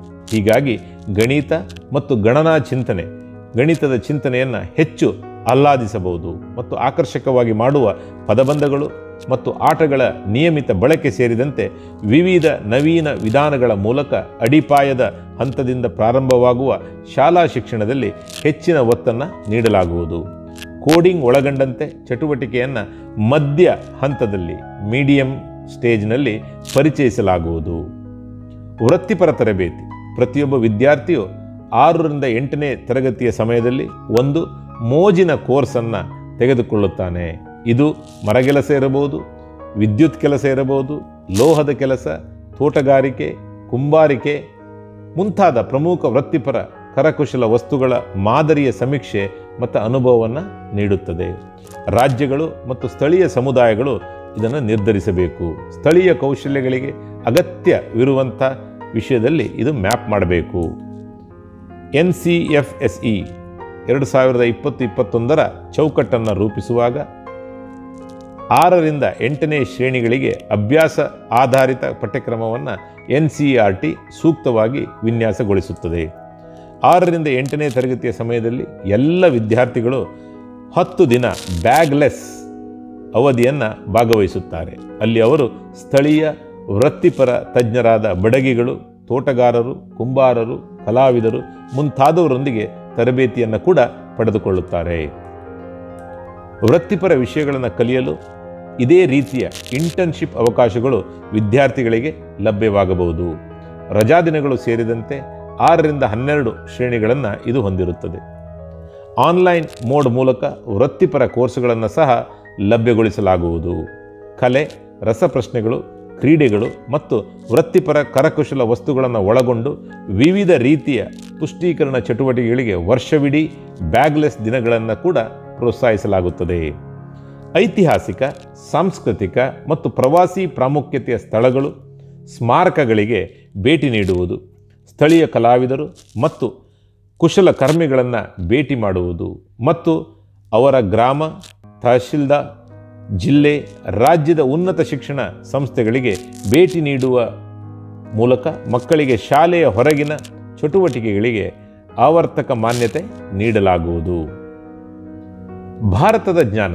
ಭಾರತದ ಜ್ಞಾನದಲ್ಲಿ ಪ್ರಾಚೀನ ಭಾರತದಿಂದ ಬಂದ ಜ್ಞಾನ ಮತ್ತು ಆಧುನಿಕ ಭಾರತಕ್ಕೆ ನೀಡಿದ ಕೊಡುಗೆಗಳು ಮತ್ತು ಅದರ ಯಶಸ್ಸು ಮತ್ತು ಸವಾಲುಗಳು ಮತ್ತು ಶಿಕ್ಷಣ, ಆರೋಗ್ಯ, ಪರಿಸರ ಇತ್ಯಾದಿಗಳಿಗೆ ಸಂಬಂಧಿಸಿದಂತೆ ಭಾರತದ ಭವಿಷ್ಯದ ಆಕಾಂಕ್ಷೆಗಳ ಸ್ಪಷ್ಟ ಅರ್ಥವನ್ನು ಒಳಗೊಂಡಿರುತ್ತದೆ. ಈ ಅಂಶಗಳನ್ನು ನಿಖರವಾಗಿ ಸಂಯೋಜಿಸಲಾಗುವುದು ಮತ್ತು ಸಂಬಂಧಿತ ಎಲ್ಲೆಯಲ್ಲಿ ಶಾಲಾ ಪಠ್ಯಕ್ರಮಾದ್ಯಂತ ವೈಜ್ಞಾನಿಕ ವಿಧಾನ, ನಿರ್ದಿಷ್ಟವಾಗಿ ಹೇಳುವುದಾದರೆ ಬುಡಕಟ್ಟು ಜ್ಞಾನ ಮತ್ತು ಸ್ಥಳೀಯ ಮತ್ತು ಸಾಂಪ್ರದಾಯಿಕ ಕಲಿಕೆಯ ವಿಧಾನಗಳನ್ನು ಒಳಗೊಂಡಂತೆ ಭಾರತೀಯ ಜ್ಞಾನ ವ್ಯವಸ್ಥೆಗಳು ಗಣಿತ, ಖಗೋಳ ವಿಜ್ಞಾನ, ತತ್ವಶಾಸ್ತ್ರ, ಯೋಗ, ವಾಸ್ತುಶಿಲ್ಪ, ಮೆಡಿಸಿನ್, ಕೃಷಿ, ಇಂಜಿನಿಯರಿಂಗ್, ಭಾಷಾಶಾಸ್ತ್ರ, ಸಾಹಿತ್ಯ, ಕ್ರೀಡೆ, ಆಟಗಳು, ಆಡಳಿತ, ರಾಜಕೀಯ, ಸಂರಕ್ಷಣೆಯಂಥ ಎಲ್ಲ ಅಂಶಗಳು ಕೂಡ ಇದರಲ್ಲಿ ಒಳಗೊಂಡಿರುತ್ತದೆ. ಬುಡಕಟ್ಟು ಜನಾಂಗೀಯ ಔಷಧಗಳು, ಪದ್ಧತಿಗಳು, ಅರಣ್ಯ ನಿರ್ವಹಣೆ, ಸಾಂಪ್ರದಾಯಿಕ ಅಥವಾ ಸಾವಯವ ಬೆಳೆ, ಕೃಷಿ, ನೈಸರ್ಗಿಕ ಕೃಷಿ ಇತ್ಯಾದಿ ನಿರ್ದಿಷ್ಟ ಕೋರ್ಸುಗಳನ್ನು ಸಹ ಲಭ್ಯಗೊಳಿಸಲಾಗುವುದು. ಭಾರತೀಯ ಜ್ಞಾನ ವ್ಯವಸ್ಥೆಗಳ ಬಗ್ಗೆ ಆಕರ್ಷಕವಾಗಿರುವ ಕೋರ್ಸ್ ಮಾಧ್ಯಮಿಕ ಶಾಲೆಗಳಲ್ಲಿ ವಿದ್ಯಾರ್ಥಿಗಳಿಗೆ ಆಯ್ಕೆಯ ರೂಪದಲ್ಲಿ ಲಭ್ಯವಿರುತ್ತದೆ. ವಿನೋದ ಮತ್ತು ಸ್ಥಳೀಯ ಆಟಗಳ ಮೂಲಕ ಕೂಡ ವಿವಿಧ ವಿಷಯಗಳನ್ನು ಕಲಿಸಲಿಕ್ಕೆ ವ್ಯವಸ್ಥೆ ಇರುತ್ತದೆ. ಸರಿಯಾದದ್ದನ್ನು ಮಾಡುವುದು. ಸರಿಯಾದದ್ದನ್ನು ಮಾಡುವುದು ಎಂಬ ಪ್ರಾಮುಖ್ಯತೆಯನ್ನು ವಿದ್ಯಾರ್ಥಿಗಳಿಗೆ ಚಿಕ್ಕ ವಯಸ್ಸಿನಲ್ಲಿಯೇ ಕಲಿಸಲಾಗುತ್ತದೆ. ನೈತಿಕ ನಿರ್ಧಾರಗಳನ್ನು ತೆಗೆದುಕೊಳ್ಳಲು ತಾರ್ಕಿಕ ಚೌಕಟ್ಟನ್ನು ನೀಡಲಾಗುತ್ತದೆ. ನಂತರದ ವರ್ಷಗಳಲ್ಲಿ ಮೋಸ, ಹಿಂಸೆ, ಕೃತಿಚೌರ್ಯ, ಕಸ ವಿಲೇವಾರಿ, ಸಹಿಷ್ಣುತೆ, ಸಮಾನತೆ, ಪರಾನುಭೂತಿ ಇತ್ಯಾದಿ ವಿಷಯಗಳೊಂದಿಗೆ ಇದನ್ನು ವಿಸ್ತರಿಸಲಾಗುವುದು. ಒಬ್ಬರ ಜೀವನವನ್ನು ನಡೆಸುವಲ್ಲಿ ಮಕ್ಕಳಿಗೆ ನೈತಿಕ ಮತ್ತು ನೈತಿಕ ಮೌಲ್ಯಗಳನ್ನು ಸ್ವೀಕರಿಸಲು ಅನುವು ಮಾಡಿಕೊಡುತ್ತದೆ. ಒಂದು ಸ್ಥಾನವನ್ನು ರೂಪಿಸುತ್ತದೆ. ಅನೇಕ ದೃಷ್ಟಿಕೋನಗಳಿಂದ ನೈತಿಕ ವಿಷಯದ ಬಗ್ಗೆ ವಾದ ಮತ್ತು ಎಲ್ಲ ಕೆಲಸಗಳಲ್ಲಿ ನೈತಿಕ ಅಭ್ಯಾಸಗಳನ್ನು ಬಳಸುವಂಥ ಒಂದು ಕಲೆಯನ್ನು ಮಕ್ಕಳು ಕಲಿಬೇಕು. ಅಂತಹ ಮೂಲಭೂತ ನೈತಿಕ ತಾರ್ಕಿಕತೆಯ ಪರಿಣಾಮಗಳಂತೆ ಸಾಂಪ್ರದಾಯಿಕ ಭಾರತೀಯ ಮೌಲ್ಯಗಳು ಮತ್ತು ಎಲ್ಲ ಮೂಲಭೂತ ಮಾನವ ಮತ್ತು ಸಂವಿಧಾನಿಕ ಮೌಲ್ಯಗಳನ್ನು ಮಕ್ಕಳು ಪಡ್ಕೊಳ್ಬೇಕು ಅನ್ನುವಂಥದ್ದು ಉಲ್ಲೇಖ. ಪಂಚತಂತ್ರ, ಜಟಕ, ಹಿತೋಪದೇಶ, ಇತರ ಮೋಜಿನ ನೀತಿಕತೆಗಳು ಮತ್ತು ಭಾರತೀಯ ಸಂಪ್ರದಾಯದ ಸ್ಫೂರ್ತಿದಾಯಕ ಕಥೆಗಳನ್ನು ಓದಲು ಮತ್ತು ಕಲಿಯಲು ಮಕ್ಕಳಿಗೆ ಅವಕಾಶವಿದೆ ಮತ್ತು ಜಾಗತಿಕ ಸಾಹಿತ್ಯದ ಮೇಲೆ ಅದರ ಪ್ರಭಾವಗಳ ಬಗ್ಗೆ ಕೂಡ ತಿಳಿದಿರಬೇಕು. ಭಾರತೀಯ ಸಂವಿಧಾನ ಆಯ್ದ ಭಾಗಗಳನ್ನು ಎಲ್ಲ ವಿದ್ಯಾರ್ಥಿಗಳಿಗೆ ಅಗತ್ಯವಾದ ಓದುವಿಕೆ ಎಂದು ಪರಿಗಣಿಸಲಾಗಿದೆ. ತಡೆಗಟ್ಟುವ ಆರೋಗ್ಯ, ಪ್ರಿವೆಂಟಿವ್ ಮೆಡಿಸಿನ್, ಮಾನಸಿಕ ಆರೋಗ್ಯ, ಉತ್ತಮ ಪೋಷಣೆ, ವೈಯಕ್ತಿಕ ಮತ್ತು ಸಾರ್ವಜನಿಕ ನೈರ್ಮಲ್ಯ, ವಿಪತ್ತು ಪ್ರತಿಕ್ರಿಯೆ ಮತ್ತು ಪ್ರಥಮ ಚಿಕಿತ್ಸಾ ಸೇರಿದಂತೆ ಆರೋಗ್ಯದ ಮೂಲಭೂತ ತರಬೇತಿಯನ್ನು ಪಠ್ಯಕ್ರಮದಲ್ಲಿ ಸೇರಿಸಲಾಗುವುದು. ಜೊತೆಗೆ ಆಲ್ಕೋಹಾಲ್, ತಂಬಾಕಿನ ಹಾನಿಕಾರಕ ಪರಿಣಾಮಗಳ ವೈಜ್ಞಾನಿಕ ವಿವರಣೆಗಳನ್ನು ಕೂಡ ನೀಡಲಾಗುತ್ತದೆ. ಭಾರತೀಯ ನೀತಿ ನಿರೂಪಣೆಯೊಂದಿಗೆ ಪಠ್ಯಕ್ರಮ ಮತ್ತು ಶಿಕ್ಷಣಶಾಸ್ತ್ರ. ಎಲ್ಲ ಪಠ್ಯಕ್ರಮ ಮತ್ತು ಶಿಕ್ಷಣಶಾಸ್ತ್ರವು ಅಡಿಪಾಯದ ಹಂತದಿಂದ ಭಾರತೀಯ ಮತ್ತು ಸ್ಥಳೀಯ ಸನ್ನಿವೇಶ ಮತ್ತು ಸಂಸ್ಕೃತಿ, ಸಂಪ್ರದಾಯಗಳು, ಪರಂಪರೆ, ಪದ್ಧತಿಗಳು, ಭಾಷೆ, ತತ್ವಶಾಸ್ತ್ರ, ಭೌಗೋಳಿಕತೆ, ಪ್ರಾಚೀನ ಮತ್ತು ಸಮಕಾಲೀನ ಜ್ಞಾನ, ಸಾಮಾಜಿಕ ಮತ್ತು ವೈಜ್ಞಾನಿಕ ಅಗತ್ಯಗಳು, ಸ್ಥಳೀಯ ಮತ್ತು ಸಾಂಪ್ರದಾಯಿಕ ಕಲಿಕೆಯ ವಿಧಾನಗಳು ಇತ್ಯಾದಿ ಶಿಕ್ಷಣವು ನಮ್ಮ ವಿದ್ಯಾರ್ಥಿಗಳಿಗೆ ಗರಿಷ್ಠ, ಸಾಪೇಕ್ಷ, ಸಂಬಂಧಿತ, ಆಸಕ್ತಿದಾಯಕ ಮತ್ತು ಪರಿಣಾಮಕಾರಿ ಎಂದು ಖಚಿತಪಡಿಸಿಕೊಳ್ಳಲಾಗುವುದು. ಕಥೆಗಳು, ಕಲೆಗಳು, ಕ್ರೀಡೆ, ಉದಾಹರಣೆಗಳು, ಸಮಸ್ಯೆಗಳು ಇತ್ಯಾದಿಗಳು ಭಾರತೀಯ ಮತ್ತು ಸ್ಥಳೀಯ ಭೌಗೋಳಿಕ ಸನ್ನಿವೇಶದಲ್ಲಿ ಬೇರೂರಿಸಲು ಸಾಧ್ಯವಾದಷ್ಟು ಆಯ್ಕೆ ಮಾಡಲಾಗುವುದು. ಕಲಿಕೆಯು ಹೀಗೆ ಬೇರೂರಿದಾಗ ಆಲೋಚನೆಗಳು, ಅಮೂರ್ತತೆಗಳು ಮತ್ತು ಸೃಜನಶೀಲತೆ ಉತ್ತಮವಾಗಿ ಅಭಿವೃದ್ಧಿ ಹೊಂದುತ್ತದೆ. ಶಾಲಾ ಶಿಕ್ಷಣಕ್ಕಾಗಿ ರಾಷ್ಟ್ರೀಯ ಪಠ್ಯಕ್ರಮದ ಒಂದು ಚೌಕಟ್ಟು. ರಾಷ್ಟ್ರೀಯ ಪಠ್ಯಕ್ರಮದ ಚೌಕಟ್ಟು ರಾಷ್ಟ್ರೀಯ ಶಿಕ್ಷಣ ನೀತಿ 2020 ಮುಂಚೂಣಿಯ ಪಠ್ಯಕ್ರಮದ ಅಗತ್ಯಗಳು ಮತ್ತು ರಾಜ್ಯ ಸರ್ಕಾರಗಳು ಸೇರಿದಂತೆ ಎಲ್ಲ ಪಾಲುದಾರರೊಂದಿಗೆ ಚರ್ಚಿಸಿದ ನಂತರ ಶಾಲಾ ಶಿಕ್ಷಣಕ್ಕಾಗಿ ಹೊಸ ಮತ್ತು ಸಮಗ್ರ ರಾಷ್ಟ್ರೀಯ ಪಠ್ಯಕ್ರಮದ ಚೌಕಟ್ಟನ್ನು NCERT ಕೈಗೊಳ್ಳಲಿದೆ. ಸಚಿವಾಲಯಗಳು, ಕೇಂದ್ರ ಸರ್ಕಾರದ ಸಂಬಂಧಿತ ಇಲಾಖೆಗಳು ಮತ್ತು ಇತರ ತಜ್ಞ ಸಂಸ್ಥೆಗಳು ಮತ್ತು ಎಲ್ಲ ಪ್ರಾದೇಶಿಕ ಭಾಷೆಗಳಲ್ಲಿ ಲಭ್ಯವಾಗುತ್ತದೆ. ಮುಂಚೂಣಿಯ ಪಠ್ಯಕ್ರಮವನ್ನು ಗಣನೆಗೆ ತೆಗೆದುಕೊಂಡು NCFE ಡಾಕ್ಯುಮೆಂಟನ್ನು ಇನ್ನು ಮುಂದೆ 5 ರಿಂದ 10 ವರ್ಷಗಳಿಗೊಮ್ಮೆ ಮರುಪರಿಶೀಲಿಸಲಾಗುತ್ತದೆ ಮತ್ತು ನವೀಕರಿಸಲಾಗುತ್ತದೆ. ಸ್ಥಳೀಯ ವಿಷಯ ಮತ್ತು ರುಚಿಗಳೊಂದಿಗೆ ರಾಷ್ಟ್ರೀಯ ಪಠ್ಯಪುಸ್ತಕಗಳು, ವಿಷಯದ ಕಡಿತ ಮತ್ತು ಶಾಲಾ ಪಠ್ಯಕ್ರಮದ ಹೆಚ್ಚಿದ ನಮ್ಯತೆ ಮತ್ತು ರೋಟ್ ಕಲಿಕೆಯಿಂದಾಗಿ ರಚನಾತ್ಮಕತೆಗೆ ಹೊಸ ಒತ್ತು. ಶಾಲಾ ಪಠ್ಯಪುಸ್ತಕಗಳಲ್ಲಿ ಸಮಾನಾಂತರ ಬದಲಾವಣೆಗಳೊಂದಿಗೆ ಇರಬೇಕು. ಎಲ್ಲ ಪಠ್ಯಪುಸ್ತಕಗಳು ರಾಷ್ಟ್ರೀಯ ಮಟ್ಟದಲ್ಲಿ ಪ್ರಮುಖವೆಂದು ಪರಿಗಣಿಸಲಾದ ಅಗತ್ಯವಾದ ಪ್ರಮುಖ ವಸ್ತುಗಳನ್ನು ಚರ್ಚೆ, ವಿಶ್ಲೇಷಣೆ, ಉದಾಹರಣೆಗಳು ಮತ್ತು ಅಪ್ಲಿಕೇಶನ್ಗಳೊಂದಿಗೆ ಒಳಗೊಂಡಿರುವ ಗುರಿಯನ್ನು ಹೊಂದಿರುತ್ತವೆ. ಆದರೆ ಅದೇ ಸಮಯದಲ್ಲಿ ಸ್ಥಳೀಯ ಸಂದರ್ಭಗಳು ಅಥವಾ ಅಗತ್ಯಗಳಿಗೆ ಅನುಗುಣವಾಗಿ ಯಾವುದೇ ಅಪೇಕ್ಷಿತ ಸೂಕ್ಷ್ಮ ವ್ಯತ್ಯಾಸಗಳು ಮತ್ತು ಪೂರಕ ವಸ್ತುಗಳನ್ನು ಕೂಡ ಒಳಗೊಂಡಿರುತ್ತದೆ. ಸಾಧ್ಯವಾದರೆ ಶಾಲೆಗಳು ಮತ್ತು ಶಿಕ್ಷಕರು ತಾವು ಬಳಸುವ ಪಠ್ಯ ಪುಸ್ತಕಗಳಲ್ಲಿ ಆಯ್ಕೆಗಳನ್ನು ಕೂಡ ಹೊಂದಿರುತ್ತಾರೆ. ಅಗತ್ಯವಾದ ರಾಷ್ಟ್ರೀಯ ಮತ್ತು ಸ್ಥಳೀಯ ವಸ್ತುಗಳನ್ನು ಒಳಗೊಂಡಿರುವಂಥ ಪಠ್ಯ ಪುಸ್ತಕಗಳ ಗುಂಪಿನಿಂದ ಆದ್ದರಿಂದ ಅವರು ತಮ್ಮದೇ ಆದ ಶಿಕ್ಷಣ ಶೈಲಿಗೆ ಸೂಕ್ತವಾದ ರೀತಿಯಲ್ಲಿ ಕಲಿಸಬಹುದು. ಅವರ ವಿದ್ಯಾರ್ಥಿಗಳು ಅವರು ಕಲಿಸುವಂತೆ ಪಾಠವನ್ನು ಕೂಡ ಕಲೀಲಿಕ್ಕೆ ವ್ಯವಸ್ಥೆ ಇರುತ್ತದೆ. ಪಠ್ಯಪುಸ್ತಕ ಸಾಮಗ್ರಿಗಳು. ಪಠ್ಯಪುಸ್ತಕದ ಬೆಲೆಯ ಭಾರವನ್ನು ವಿದ್ಯಾರ್ಥಿಗಳ ಮೇಲೆ ಮತ್ತು ಶೈಕ್ಷಣಿಕ ವ್ಯವಸ್ಥೆಯ ಮೇಲೆ ತಗ್ಗಿಸುವ ಸಲುವಾಗಿ ಅಂತಹ ಗುಣಮಟ್ಟದ ಪಠ್ಯ ಪುಸ್ತಕಗಳನ್ನು ಉತ್ಪಾದನಾ ಮತ್ತು ಮುದ್ರಣ ವೆಚ್ಚದಲ್ಲಿ ಕಡಿಮೆ ವೆಚ್ಚದಲ್ಲಿ ಒದಗಿಸಲಾಗುವುದು ಇದರ ಉದ್ದೇಶ ಆಗಿದೆ. NCERTಗಳ ಜೊತೆಯಲ್ಲಿ NCERT ಅಭಿವೃದ್ಧಿಪಡಿಸಿದ ಉತ್ತಮ ಗುಣಮಟ್ಟದ ಪಠ್ಯಪುಸ್ತಕ ವಸ್ತುಗಳನ್ನು ಬಳಸುವ ಮೂಲಕ ಇದನ್ನು ಸಾಧಿಸಬಹುದು. ಹೆಚ್ಚುವರಿ ಪಠ್ಯಪುಸ್ತಕ ಸಾಮಗ್ರಿಗಳಿಗೆ ಸಾರ್ವಜನಿಕ ಲೋಕೋಪಕಾರಿ ಪಾಲುಗಾರಿಕೆ ಮತ್ತು ಕ್ರೌಡ್ ಸೋರ್ಸಿಂಗ್ನಿಂದ ಧನ ಸಹಾಯವನ್ನು ನೀಡಬಹುದು. ಅದು ಅಂತಹ ಉತ್ತಮ ಗುಣಮಟ್ಟದ ಪಠ್ಯ ಪುಸ್ತಕಗಳನ್ನು ವೆಚ್ಚದ ಬೆಲೆಯಲ್ಲಿ ತೆರೆಯಲು ತಜ್ಞರನ್ನು ಪ್ರೇರೇಪಿಸುತ್ತದೆ. ರಾಜ್ಯಗಳು ತಮ್ಮದೇ ಆದ ಪಠ್ಯಕ್ರಮಗಳನ್ನು ಸಿದ್ಧಪಡಿಸುತ್ತವೆ. ಇದು NCERT ಸಿದ್ಧಪಡಿಸಿದ NCFEಯನ್ನು ಆಧರಿಸಬಹುದು ಮತ್ತು ಪಠ್ಯಪುಸ್ತಕಗಳನ್ನು ಸಿದ್ಧಪಡಿಸುತ್ತದೆ. ಇದು NCERT ಪಠ್ಯಪುಸ್ತಕ ಸಾಮಗ್ರಿಗಳನ್ನು ಸಾಧ್ಯವಾದಷ್ಟು ಮಟ್ಟಿಗೆ ಆಧರಿಸಬಹುದು. ಅಗತ್ಯವಿರುವಂತೆ ರಾಜ್ಯ ವಿಷಯಗಳನ್ನು ಕೂಡ ಸೇರಿಸಿಕೊಳ್ಳಬಹುದು. ಹಾಗೆ ಮಾಡುವಾಗ NCERT ಪಠ್ಯಕ್ರಮಗಳನ್ನು ರಾಷ್ಟ್ರೀಯವಾಗಿ ಸ್ವೀಕಾರಾರ್ಹ ಮಾನದಂಡವಾಗಿ ತೆಗೆದುಕೊಳ್ಳಲಾಗುವುದು ಎಂಬುದನ್ನು ಮನಸ್ಸಿನಲ್ಲಿಟ್ಟುಕೊಳ್ಳಬೇಕು. ಎಲ್ಲ ಪ್ರಾದೇಶಿಕ ಭಾಷೆಗಳಲ್ಲಿ ಅಂತಹ ಪಠ್ಯಪುಸ್ತಕಗಳ ಲಭ್ಯತೆಯು ಮೊದಲು ಆದ್ಯತೆಯಾಗಿರುತ್ತದೆ. ಇದರಿಂದ ಎಲ್ಲ ವಿದ್ಯಾರ್ಥಿಗಳಿಗೆ ಉತ್ತಮ ಗುಣಮಟ್ಟದ ಕಲಿಕೆಗೆ ಪ್ರವೇಶವಿರುತ್ತದೆ. ಶಾಲೆಗಳಲ್ಲಿ ಪಠ್ಯಪುಸ್ತಕಗಳ ಸಮಯೋಚಿತ ಲಭ್ಯತೆಯನ್ನು ಖಚಿತಪಡಿಸಿಕೊಳ್ಳಲು ಎಲ್ಲ ಪ್ರಯತ್ನಗಳನ್ನು ಕೂಡ ಮಾಡಲಾಗುವುದು. ಎಲ್ಲ ಪಠ್ಯಪುಸ್ತಕಗಳ ಡೌನ್ಲೋಡ್ ಮಾಡಬಹುದಾದ ಮತ್ತು ಮುದ್ರಿಸಬಹುದಾದ ಆವೃತ್ತಿಗಳಿಗೆ ಪ್ರವೇಶವನ್ನು ಎಲ್ಲ ರಾಜ್ಯಗಳು ಮತ್ತು ಯೂನಿಯನ್ ಟೆರಿಟರಿಗಳು ಮತ್ತು NCERT ಪರಿಸರವನ್ನು ಸಂರಕ್ಷಿಸಲು ಮತ್ತು ವ್ಯವಸ್ಥಾಪನಾ ಹೊರೆ ಕಡಿಮೆ ಮಾಡಲು ಕೂಡ ಸಹಾಯ ಆಗುತ್ತದೆ.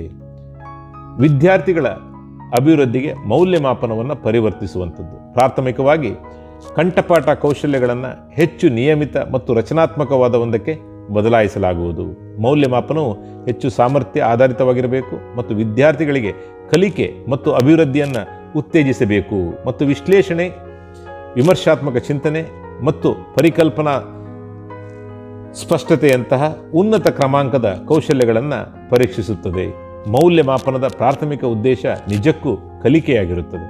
ಇದು ಶಿಕ್ಷಕ ಮತ್ತು ವಿದ್ಯಾರ್ಥಿ ಮತ್ತು ಇಡೀ ಶಾಲಾ ವ್ಯವಸ್ಥೆಗೆ ಸಹಾಯ ಮಾಡುತ್ತದೆ. ಎಲ್ಲ ವಿದ್ಯಾರ್ಥಿಗಳಿಗೆ ಕಲಿಕೆ ಮತ್ತು ಅಭಿವೃದ್ಧಿಯನ್ನು ಅತ್ಯುತ್ತಮವಾಗಿಸಲು ಬೋಧನೆ ಕಲಿಕೆಯ ಪ್ರಕ್ರಿಯೆಗಳನ್ನು ನಿರಂತರವಾಗಿ ಪರಿಷ್ಕರಿಸುತ್ತದೆ. ಸಮಗ್ರ ಪ್ರಗತಿ ಪತ್ರಿಕೆ ಶಾಲಾ ಆಧಾರಿತ ಮೌಲ್ಯಮಾಪನಕ್ಕಾಗಿ ಎಲ್ಲ ವಿದ್ಯಾರ್ಥಿಗಳ ಪ್ರಗತಿ ಕಾರ್ಡನ್ನು ಶಾಲೆಗಳಿಂದ ಪೋಷಕರಿಗೆ ತಿಳಿಸಲಾಗುತ್ತದೆ. ಪ್ರಸ್ತಾವಿತ ರಾಷ್ಟ್ರೀಯ ಮೌಲ್ಯಮಾಪನ ಕೇಂದ್ರ NCERT ಮತ್ತು NCERTಗಳ ಮಾರ್ಗದರ್ಶನದಲ್ಲಿ ರಾಜ್ಯಗಳು UTಗಳು ಸಂಪೂರ್ಣವಾಗಿ ಮರುವಿನ್ಯಾಸಗೊಳಿಸಲಾಗುತ್ತದೆ. ಪ್ರಗತಿ ಕಾರ್ಡ್ ಸಮಗ್ರ 360 ಡಿಗ್ರಿ ಬಹು ಆಯಾಮದ ವರದಿಯಾಗಿರುತ್ತದೆ. ಇದು ಪ್ರಗತಿ ಮತ್ತು ಅರಿವಿನ ಪರಿಣಾಮಕಾರಿ ಮತ್ತು ಸೈಕೋಮೋಟರ್ ಡೊಮೇನ್ಗಳಲ್ಲಿ ಪ್ರತಿಯೊಬ್ಬ ಕಲಿಯುವವರ ಅನ್ಯನ್ಯತೆಯನ್ನು ಹೆಚ್ಚು ವಿವರವಾಗಿ ಪ್ರತಿಬಿಂಬಿಸುತ್ತದೆ. ಇದು ಸ್ವಯಂ ಮೌಲ್ಯಮಾಪನ ಮತ್ತು ಪಿಯರ್ ಮೌಲ್ಯಮಾಪನ ಮತ್ತು ಶಿಕ್ಷಕರ ಮೌಲ್ಯಮಾಪನದೊಂದಿಗೆ ಯೋಜನೆಯ ಆಧಾರಿತ ಮತ್ತು ವಿಚಾರಣೆ ಆಧಾರಿತ ಕಲಿಕೆ, ರಸಪ್ರಶ್ನೆಗಳು, ರೋಲ್ ಪ್ಲೇಗಳು, ಗುಂಪಿನಲ್ಲಿ ಮಾಡುವಂಥ ಕೆಲಸ, ಪೋರ್ಟ್ಫೋಲಿಯೋಗಳು ಇತ್ಯಾದಿಗಳಲ್ಲಿ ಮಗುವಿನ ಪ್ರಗತಿಯನ್ನು ಒಳಗೊಂಡಿರುತ್ತದೆ. ಸಮಗ್ರ ಪ್ರಗತಿ ಕಾರ್ಡ್ ಮನೆ ಮತ್ತು ಶಾಲೆಯ ನಡುವೆ ಒಂದು ಪ್ರಮುಖ ಕೊಂಡಿಯನ್ನು ರೂಪಿಸುತ್ತದೆ ಮತ್ತು ಪೋಷಕರ ಮಕ್ಕಳ ಸಭೆಗಳೊಂದಿಗೆ ಪೋಷಕರನ್ನು ತಮ್ಮ ಮಕ್ಕಳ ಸಮಗ್ರ ಶಿಕ್ಷಣ ಮತ್ತು ಅಭಿವೃದ್ಧಿಯಲ್ಲಿ ಸಕ್ರಿಯವಾಗಿ ತೊಡಗಿಸಿಕೊಳ್ಳುತ್ತದೆ. ಪ್ರಗತಿ ಕಾರ್ಡ್ ಶಿಕ್ಷಕರು ಮತ್ತು ಪೋಷಕರಿಗೆ ತರಗತಿಯಲ್ಲಿ ಮತ್ತು ಹೊರಗೆ ಪ್ರತಿ ವಿದ್ಯಾರ್ಥಿಯನ್ನು ಹೇಗೆ ಬೆಂಬಲಿಸಬೇಕು ಎಂಬುದರ ಕುರಿತು ಅಮೂಲ್ಯವಾದ ಮಾಹಿತಿಯನ್ನು ಕೂಡ ಒದಗಿಸುತ್ತದೆ. ಆರ್ಟಿಫಿಷಿಯಲ್ ಇಂಟೆಲಿಜೆನ್ಸ್ ಆಧಾರಿತ ಸಾಫ್ಟ್ವೇರನ್ನು ವಿದ್ಯಾರ್ಥಿಗಳು ತಮ್ಮ ಶಾಲಾ ವರ್ಷಗಳಲ್ಲಿ ಪೋಷಕರು, ವಿದ್ಯಾರ್ಥಿಗಳು ಮತ್ತು ಶಿಕ್ಷಕರ ಕಲಿಕೆಯ ದತ್ತಾಂಶ ಮತ್ತು ಸಂವಾದಾತ್ಮಕ ಪ್ರಶ್ನಾವಳಿಗಳ ಆಧಾರದ ಮೇಲೆ ಅವರ ಬೆಳವಣಿಗೆಯನ್ನು ಪತ್ತೆ ಹಚ್ಚಲು ಸಹಾಯ ಮಾಡಲು ಅಭಿವೃದ್ಧಿಪಡಿಸಬಹುದು ಮತ್ತು ಬಳಸಬಹುದು. ವಿದ್ಯಾರ್ಥಿಗಳಿಗೆ ಅವರ ಸಾಮರ್ಥ್ಯ, ಆಸಕ್ತಿಯ ಕ್ಷೇತ್ರಗಳ ಬಗ್ಗೆ ಅಮೂಲ್ಯವಾದ ಮಾಹಿತಿಯನ್ನು ಕೂಡ ಒದಗಿಸುತ್ತದೆ ಮತ್ತು ಅಗತ್ಯವಿರುವ ಕ್ಷೇತ್ರಗಳು ಮತ್ತು ಆ ಮೂಲಕ ಅವರಿಗೆ ಉತ್ತಮ ವೃತ್ತಿ ಆಯ್ಕೆಗಳನ್ನು ಮಾಡಲು ಕೂಡ ಸಹಾಯ ಮಾಡುತ್ತದೆ. ಬೋರ್ಡ್ ಪರೀಕ್ಷೆಗಳು ಮತ್ತು ಪ್ರವೇಶ ಪರೀಕ್ಷೆಗಳು. ಬೋರ್ಡ್ ಪರೀಕ್ಷೆಗಳು ಮತ್ತು ಪ್ರವೇಶ ಪರೀಕ್ಷೆಗಳು ಸೇರಿದಂತೆ ಮಾಧ್ಯಮಿಕ ಶಾಲಾ ಶಿಕ್ಷೆಗಳ ಪ್ರಸ್ತುತ ಸ್ವರೂಪ ಮತ್ತು ಇಂದಿನ ಕೋಚಿಂಗ್ ಸಂಸ್ಕೃತಿ ವಿಶೇಷವಾಗಿ ಮಾಧ್ಯಮಿಕ ಶಾಲಾ ಪಠ್ಯದಲ್ಲಿ ಹೆಚ್ಚಿನ ಹಾನಿ ಮಾಡುತ್ತದೆ. ನಿಜವಾದ ಕಲಿಕೆಗೆ ಅಮೂಲ್ಯವಾದ ಸಮಯವನ್ನು ವಿಪರೀತ ಪರೀಕ್ಷೆಯ ತರಬೇತಿ ಮತ್ತು ಸಿದ್ಧತೆಯೊಂದಿಗೆ ಬದಲಾಯಿಸಬೇಕು. ಭವಿಷ್ಯದ ಶಿಕ್ಷಣ ವ್ಯವಸ್ಥೆಯಲ್ಲಿ ತುಂಬ ಮಹತ್ವದ್ದಾಗಿರುವ ನಮ್ಯತೆ ಮತ್ತು ಆಯ್ಕೆಯನ್ನು ಅನುಮತಿಸುವುದಕ್ಕಿಂತ ಹೆಚ್ಚಾಗಿ ಈ ಪರೀಕ್ಷೆಗಳು ವಿದ್ಯಾರ್ಥಿಗಳನ್ನು ಒಂದೇ ಸೆಮಿಸ್ಟರ್ನಲ್ಲಿ ಬಹಳ ಕಿರಿಯದಾದ ವಸ್ತುಗಳನ್ನು ಕಲಿಯಲು ಒತ್ತಾಯಿಸುತ್ತದೆ. 10 ಮತ್ತು 12ನೇ ತರಗತಿಗಳಿಗೆ ಮಂಡಳಿಯ ಪರೀಕ್ಷೆಗಳನ್ನು ಮುಂದುವರಿಸಲಾಗುತ್ತದೆಯಾದರೂ ಕೋಚಿಂಗ್ ತರಗತಿಗಳನ್ನು ಕೈಗೊಳ್ಳುವ ಅಗತ್ಯವನ್ನು ನಿವಾರಿಸಲು ಅಸ್ತಿತ್ವದಲ್ಲಿರುವ ಮಂಡಳಿ ಮತ್ತು ಪ್ರವೇಶ ಪರೀಕ್ಷೆಗಳ ವ್ಯವಸ್ಥೆಯನ್ನು ಸುಧಾರಿಸಲಾಗುವುದು. ಪ್ರಸ್ತುತ ಮೌಲ್ಯಮಾಪನ ವ್ಯವಸ್ಥೆಯ ಈ ಹಾನಿಕಾರಕ ಪರಿಣಾಮಗಳನ್ನು ಹಿಮ್ಮೆಟ್ಟಿಸಲು, ಸಮಗ್ರ ಅಭಿವೃದ್ಧಿಯನ್ನು ಉತ್ತೇಜಿಸಲು ಮಂಡಳಿಯ ಪರೀಕ್ಷೆಗಳನ್ನು ಮರುವಿನ್ಯಾಸಗೊಳಿಸಲಾಗುತ್ತದೆ. ವಿದ್ಯಾರ್ಥಿಗಳು ತಮ್ಮ ವೈಯಕ್ತಿಕ ಹಿತಾಸಕ್ತಿಗೆ ಅನುಗುಣವಾಗಿ ಬೋರ್ಡ್ ಪರೀಕ್ಷೆಗಳನ್ನು ತೆಗೆದುಕೊಳ್ಳುವಂಥ ಅನೇಕ ವಿಷಯಗಳನ್ನು ಆಯ್ಕೆ ಮಾಡಲು ಸಾಧ್ಯವಾಗುತ್ತದೆ. ಬೋರ್ಡ್ ಪರೀಕ್ಷೆಗಳನ್ನು ಸಹ ಸುಲಭ ಮಾಡಲಾಗುವುದು. ಅಂದರೆ ಅವರು ತಿಂಗಳ ತರಬೇತಿ ಮತ್ತು ಕಂಠಪಾಠಕ್ಕಿಂತ ಹೆಚ್ಚಾಗಿ ಪ್ರಮುಖ ಸಾಮರ್ಥ್ಯಗಳನ್ನು ಪರೀಕ್ಷಿಸಲಾಗುತ್ತದೆ. ಶಾಲಾ ತರಗತಿಗೆ ಹೋಗುವ ಮತ್ತು ಮೂಲಭೂತ ಪ್ರಯತ್ನವನ್ನು ಮಾಡುತ್ತಿರುವ ಯಾವುದೇ ವಿದ್ಯಾರ್ಥಿಯು ಹೆಚ್ಚುವರಿ ಶ್ರಮವಿಲ್ಲದೆ ಅನುಗುಣವಾದ ವಿಷಯ ಮಂಡಳಿ ಪರೀಕ್ಷೆಯಲ್ಲಿ ಉತ್ತೀರ್ಣರಾಗಲು ಮತ್ತು ಉತ್ತಮವಾಗಿ ಕಾರ್ಯನಿರ್ವಹಿಸಲು ಸಾಧ್ಯವಾಗುತ್ತದೆ. ಬೋರ್ಡ್ ಪರೀಕ್ಷೆಗಳ ಹೆಚ್ಚಿನ ಪಾಲು ಅಂಶವನ್ನು ಮತ್ತಷ್ಟು ತೊಡೆದುಹಾಕಲು ಎಲ್ಲ ವಿದ್ಯಾರ್ಥಿಗಳಿಗೆ ಯಾವುದೇ ಶಾಲಾ ವರ್ಷದಲ್ಲಿ 2 ಸಂದರ್ಭಗಳಲ್ಲಿ ಬೋರ್ಡ್ ಪರೀಕ್ಷೆಗಳನ್ನು ತೆಗೆದುಕೊಳ್ಳಲು ಅವಕಾಶವಿರುತ್ತದೆ. ಬಯಸಿದಲ್ಲಿ ಒಂದು ಮುಖ್ಯ ಪರೀಕ್ಷೆ ಮತ್ತು ಸುಧಾರಣೆ ಕೂಡ ಅವಕಾಶ ಇರುತ್ತದೆ. ಹೆಚ್ಚಿನ ನಮ್ಯತೆ, ವಿದ್ಯಾರ್ಥಿಗಳ ಆಯ್ಕೆ ಮತ್ತು 2 ಅತ್ಯುತ್ತಮ ಪ್ರಯತ್ನಗಳನ್ನು ಪರಿಚಯಿಸುವುದರ ಜೊತೆಗೆ ಮುಖ್ಯವಾಗಿ ಕೋರ್ ಸಾಮರ್ಥ್ಯಗಳನ್ನು ಪರೀಕ್ಷಿಸುವ ಮೌಲ್ಯಮಾಪನಗಳು ಎಲ್ಲ ಮಂಡಳಿಯ ಪರೀಕ್ಷೆಗಳಿಗೆ ತಕ್ಷಣದ ಪ್ರಮುಖ ಸುಧಾರಣೆಯಾಗಿರಬೇಕು. ಮಂಡಳಿಗಳು ಕಾಲಾನಂತರದಲ್ಲಿ ಬೋರ್ಡ್ ಪರೀಕ್ಷೆಗಳ ಮತ್ತಷ್ಟು ಕಾರ್ಯಸಾಧ್ಯವಾದ ಮಾದರಿಗಳನ್ನು ಅಭಿವೃದ್ಧಿಪಡಿಸಬಹುದು. ಅದು ಪ್ರೆಷರ್ ಮತ್ತು ಕೋಚಿಂಗ್ ಸಂಸ್ಕೃತಿಯನ್ನು ಕಡಿಮೆ ಮಾಡುತ್ತದೆ. ಕೆಲವು ಸಾಧ್ಯತೆಗಳು ಕೂಡ ಸೇರಿವೆ. ವಾರ್ಷಿಕ, ಸೆಮಿಸ್ಟರ್ ಅಥವಾ ಮಾಡ್ಯುಲರ್ ಬೋರ್ಡ್ ಪರೀಕ್ಷೆಗಳನ್ನು ಅಭಿವೃದ್ಧಿಪಡಿಸಬಹುದು. ಪ್ರತಿ ಪರೀಕ್ಷೆಯು ತೀರಾ ಕಡಿಮೆ ವಿಷಯಗಳನ್ನು ಮತ್ತು ಶಾಲೆಯಲ್ಲಿ ಅನುಗುಣವಾದ ಕೋರ್ಸ್ ತೆಗೆದುಕೊಂಡ ತಕ್ಷಣ ತೆಗೆದುಕೊಳ್ಳಲಾಗುತ್ತದೆ. ಇದರಿಂದಾಗಿ ಪರೀಕ್ಷೆಗಳ ಒತ್ತಡವು ಉತ್ತಮವಾಗಿ ವಿತರಿಸಲ್ಪಡುತ್ತದೆ, ಕಡಿಮೆ ತೀವ್ರವಾಗಿರುತ್ತದೆ ಮತ್ತು ದ್ವಿತೀಯ ಹಂತದ ಉದ್ದಕ್ಕೂ ಕಡಿಮೆ ಪಾಲುಗಳನ್ನು ಹೊಂದಿರುತ್ತದೆ. ಎಲ್ಲ ವಿಷಯಗಳಲ್ಲಿ ಅನುಗುಣವಾದ ಮೌಲ್ಯಮಾಪನಗಳನ್ನು 2 ಹಂತಗಳಲ್ಲಿ ನೀಡಬಹುದು. ವಿದ್ಯಾರ್ಥಿಗಳು ತಮ್ಮ ಕೆಲವು ವಿಷಯಗಳನ್ನು ಪ್ರಮಾಣಿತ ಮಟ್ಟದಲ್ಲಿ ಮತ್ತು ಕೆಲವು ಉನ್ನತ ಮಟ್ಟದಲ್ಲಿ ಕೂಡ ಮಾಡಲಿಕ್ಕೆ ಅವಕಾಶ ಇರುತ್ತದೆ. ಕೆಲವು ವಿಷಯಗಳಲ್ಲಿ ಬೋರ್ಡ್ ಪರೀಕ್ಷೆಗಳನ್ನು 2 ಭಾಗಗಳಾಗಿ ಮರುವಿನ್ಯಾಸಗೊಳಿಸಬಹುದು. ಬಹು ಆಯ್ಕೆಯ ಪ್ರಶ್ನೆಗಳನ್ನು ಹೊಂದಿರುವ ವಸ್ತುನಿಷ್ಠ ಪ್ರಕಾರದ ಒಂದು ಭಾಗ, ಇನ್ನೊಂದು ವಿವರಣಾತ್ಮಕ ಪ್ರಕಾರವಾದಂಥ ಒಂದು ಭಾಗ.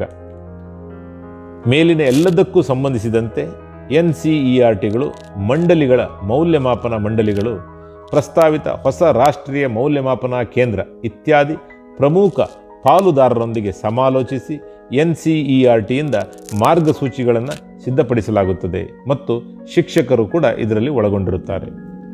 NCFSE 2020-21 ಜೊತೆ ಹೊಂದಾಣಿಕೆ ಮಾಡಲು 2022-23 ಶೈಕ್ಷಣಿಕ ಅಧಿವೇಶನದ ವೇಳೆಗೆ ಮೌಲ್ಯಮಾಪನ ವ್ಯವಸ್ಥೆ ಜಾರಿ ಮಾಡಲಾಗುತ್ತದೆ.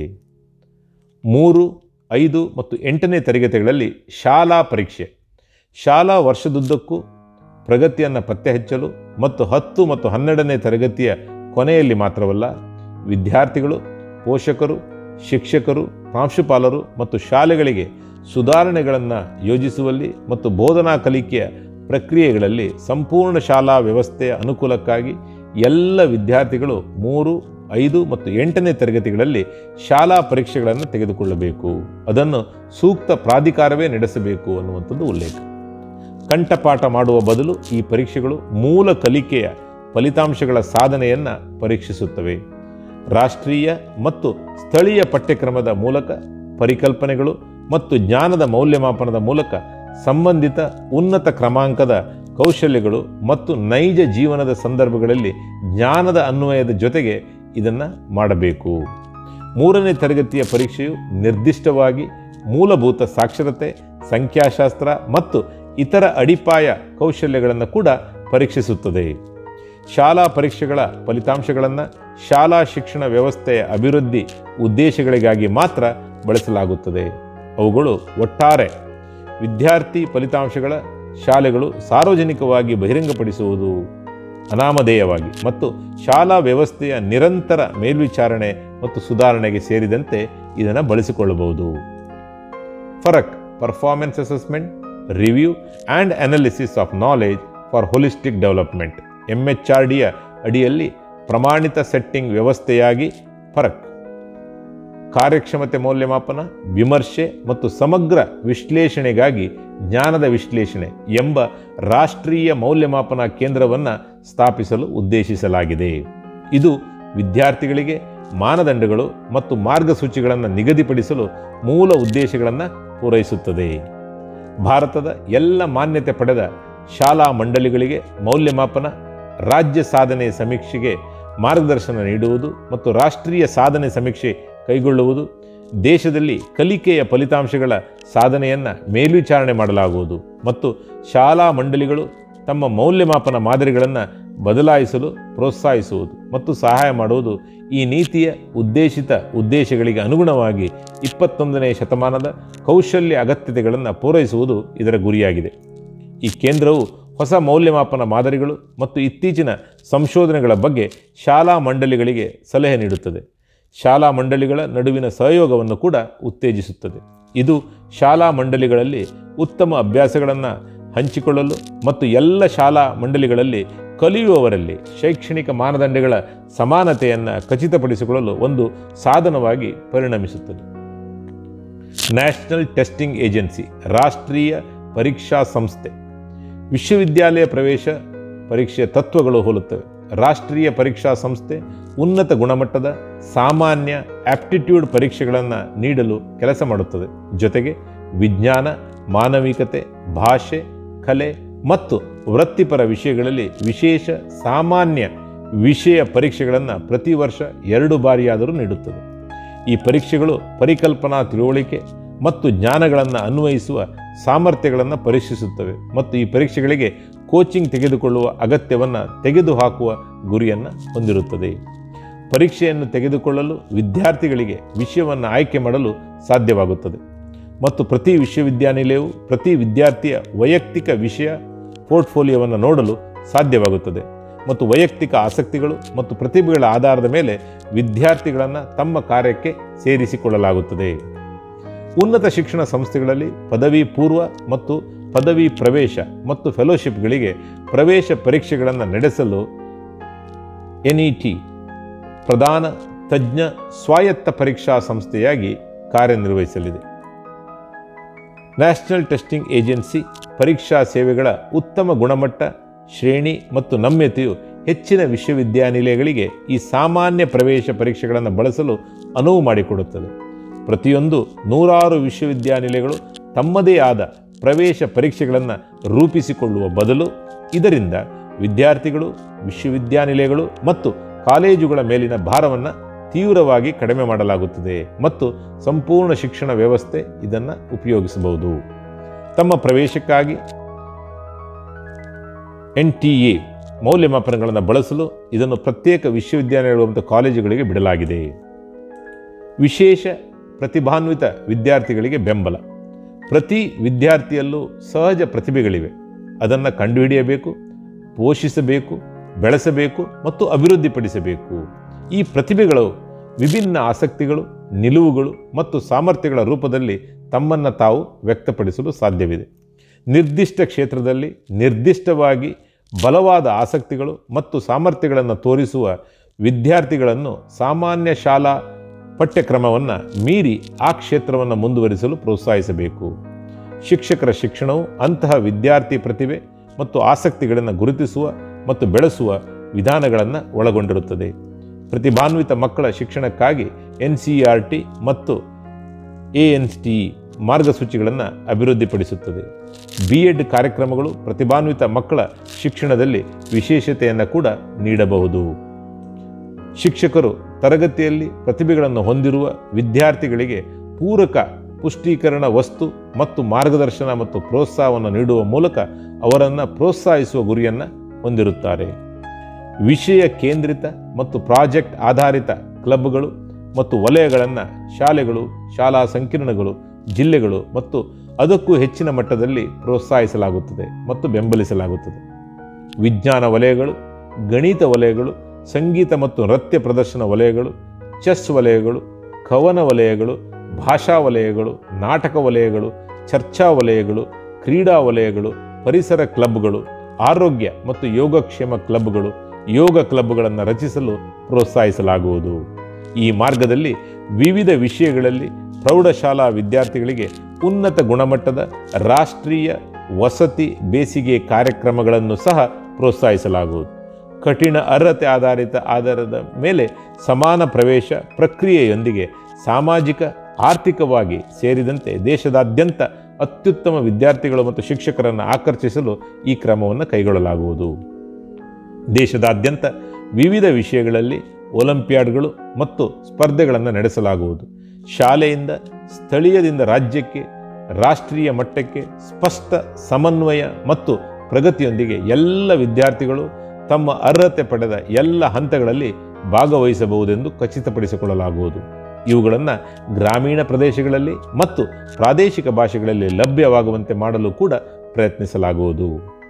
IITಗಳು, NITಗಳಂಥ ಪ್ರಧಾನ ಸಂಸ್ಥೆಗಳು ಸೇರಿದಂತೆ ಸಾರ್ವಜನಿಕ ಮತ್ತು ಖಾಸಗಿ ವಿಶ್ವವಿದ್ಯಾಲಯಗಳು ತಮ್ಮ ಪದವಿ ಪೂರ್ವ ಕಾರ್ಯಕ್ರಮಗಳಲ್ಲಿ ಪ್ರವೇಶದ ಮಾನದಂಡಗಳ ಭಾಗವಾಗಿ ರಾಷ್ಟ್ರೀಯ ಮತ್ತು ಅಂತಾರಾಷ್ಟ್ರೀಯ ಒಲಿಂಪಿಯಾಡ್ಗಳಿಂದ ಅರ್ಹತೆ ಆಧಾರಿತ ಫಲಿತಾಂಶಗಳನ್ನು ಮತ್ತು ಇತರ ಸಂಬಂಧಿತ ರಾಷ್ಟ್ರೀಯ ಕಾರ್ಯಕ್ರಮಗಳ ಫಲಿತಾಂಶಗಳನ್ನು ಕೂಡ ಬಳಸಲು ಪ್ರೋತ್ಸಾಹಿಸಲಾಗುವುದು.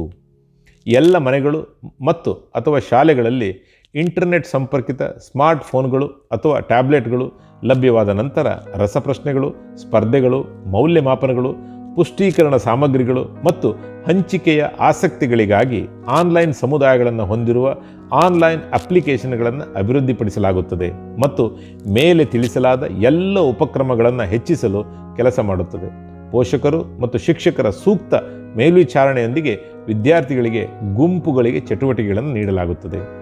ಶಾಲೆಗಳು ಡಿಜಿಟಲ್ ಶಿಕ್ಷಣವನ್ನು ಬಳಸುವುದಕ್ಕಾಗಿ ಮತ್ತು ಆ ಮೂಲಕ ಆನ್ಲೈನ್ ಸಂಪನ್ಮೂಲಗಳು ಮತ್ತು ಸಹಯೋಗದೊಂದಿಗೆ ಬೋಧನೆ ಕಲಿಕೆಯ ಪ್ರಕ್ರಿಯೆಯನ್ನು ಸಮೃದ್ಧಗೊಳಿಸಲು ಹಂತ ಹಂತವಾಗಿ ಸ್ಮಾರ್ಟ್ ತರಗತಿ ಕೊಠಡಿಗಳನ್ನು ಅಭಿವೃದ್ಧಿಪಡಿಸಲಾಗುತ್ತದೆ. 4ನೇ ಅಧ್ಯಾಯ ಶಾಲೆಗಳಲ್ಲಿ ಪಠ್ಯಕ್ರಮ ಮತ್ತು ಶಿಕ್ಷಣಶಾಸ್ತ್ರವನ್ನು ಮುಗಿಸ್ತಾ ಇದ್ದೇವೆ. ಧನ್ಯವಾದಗಳು.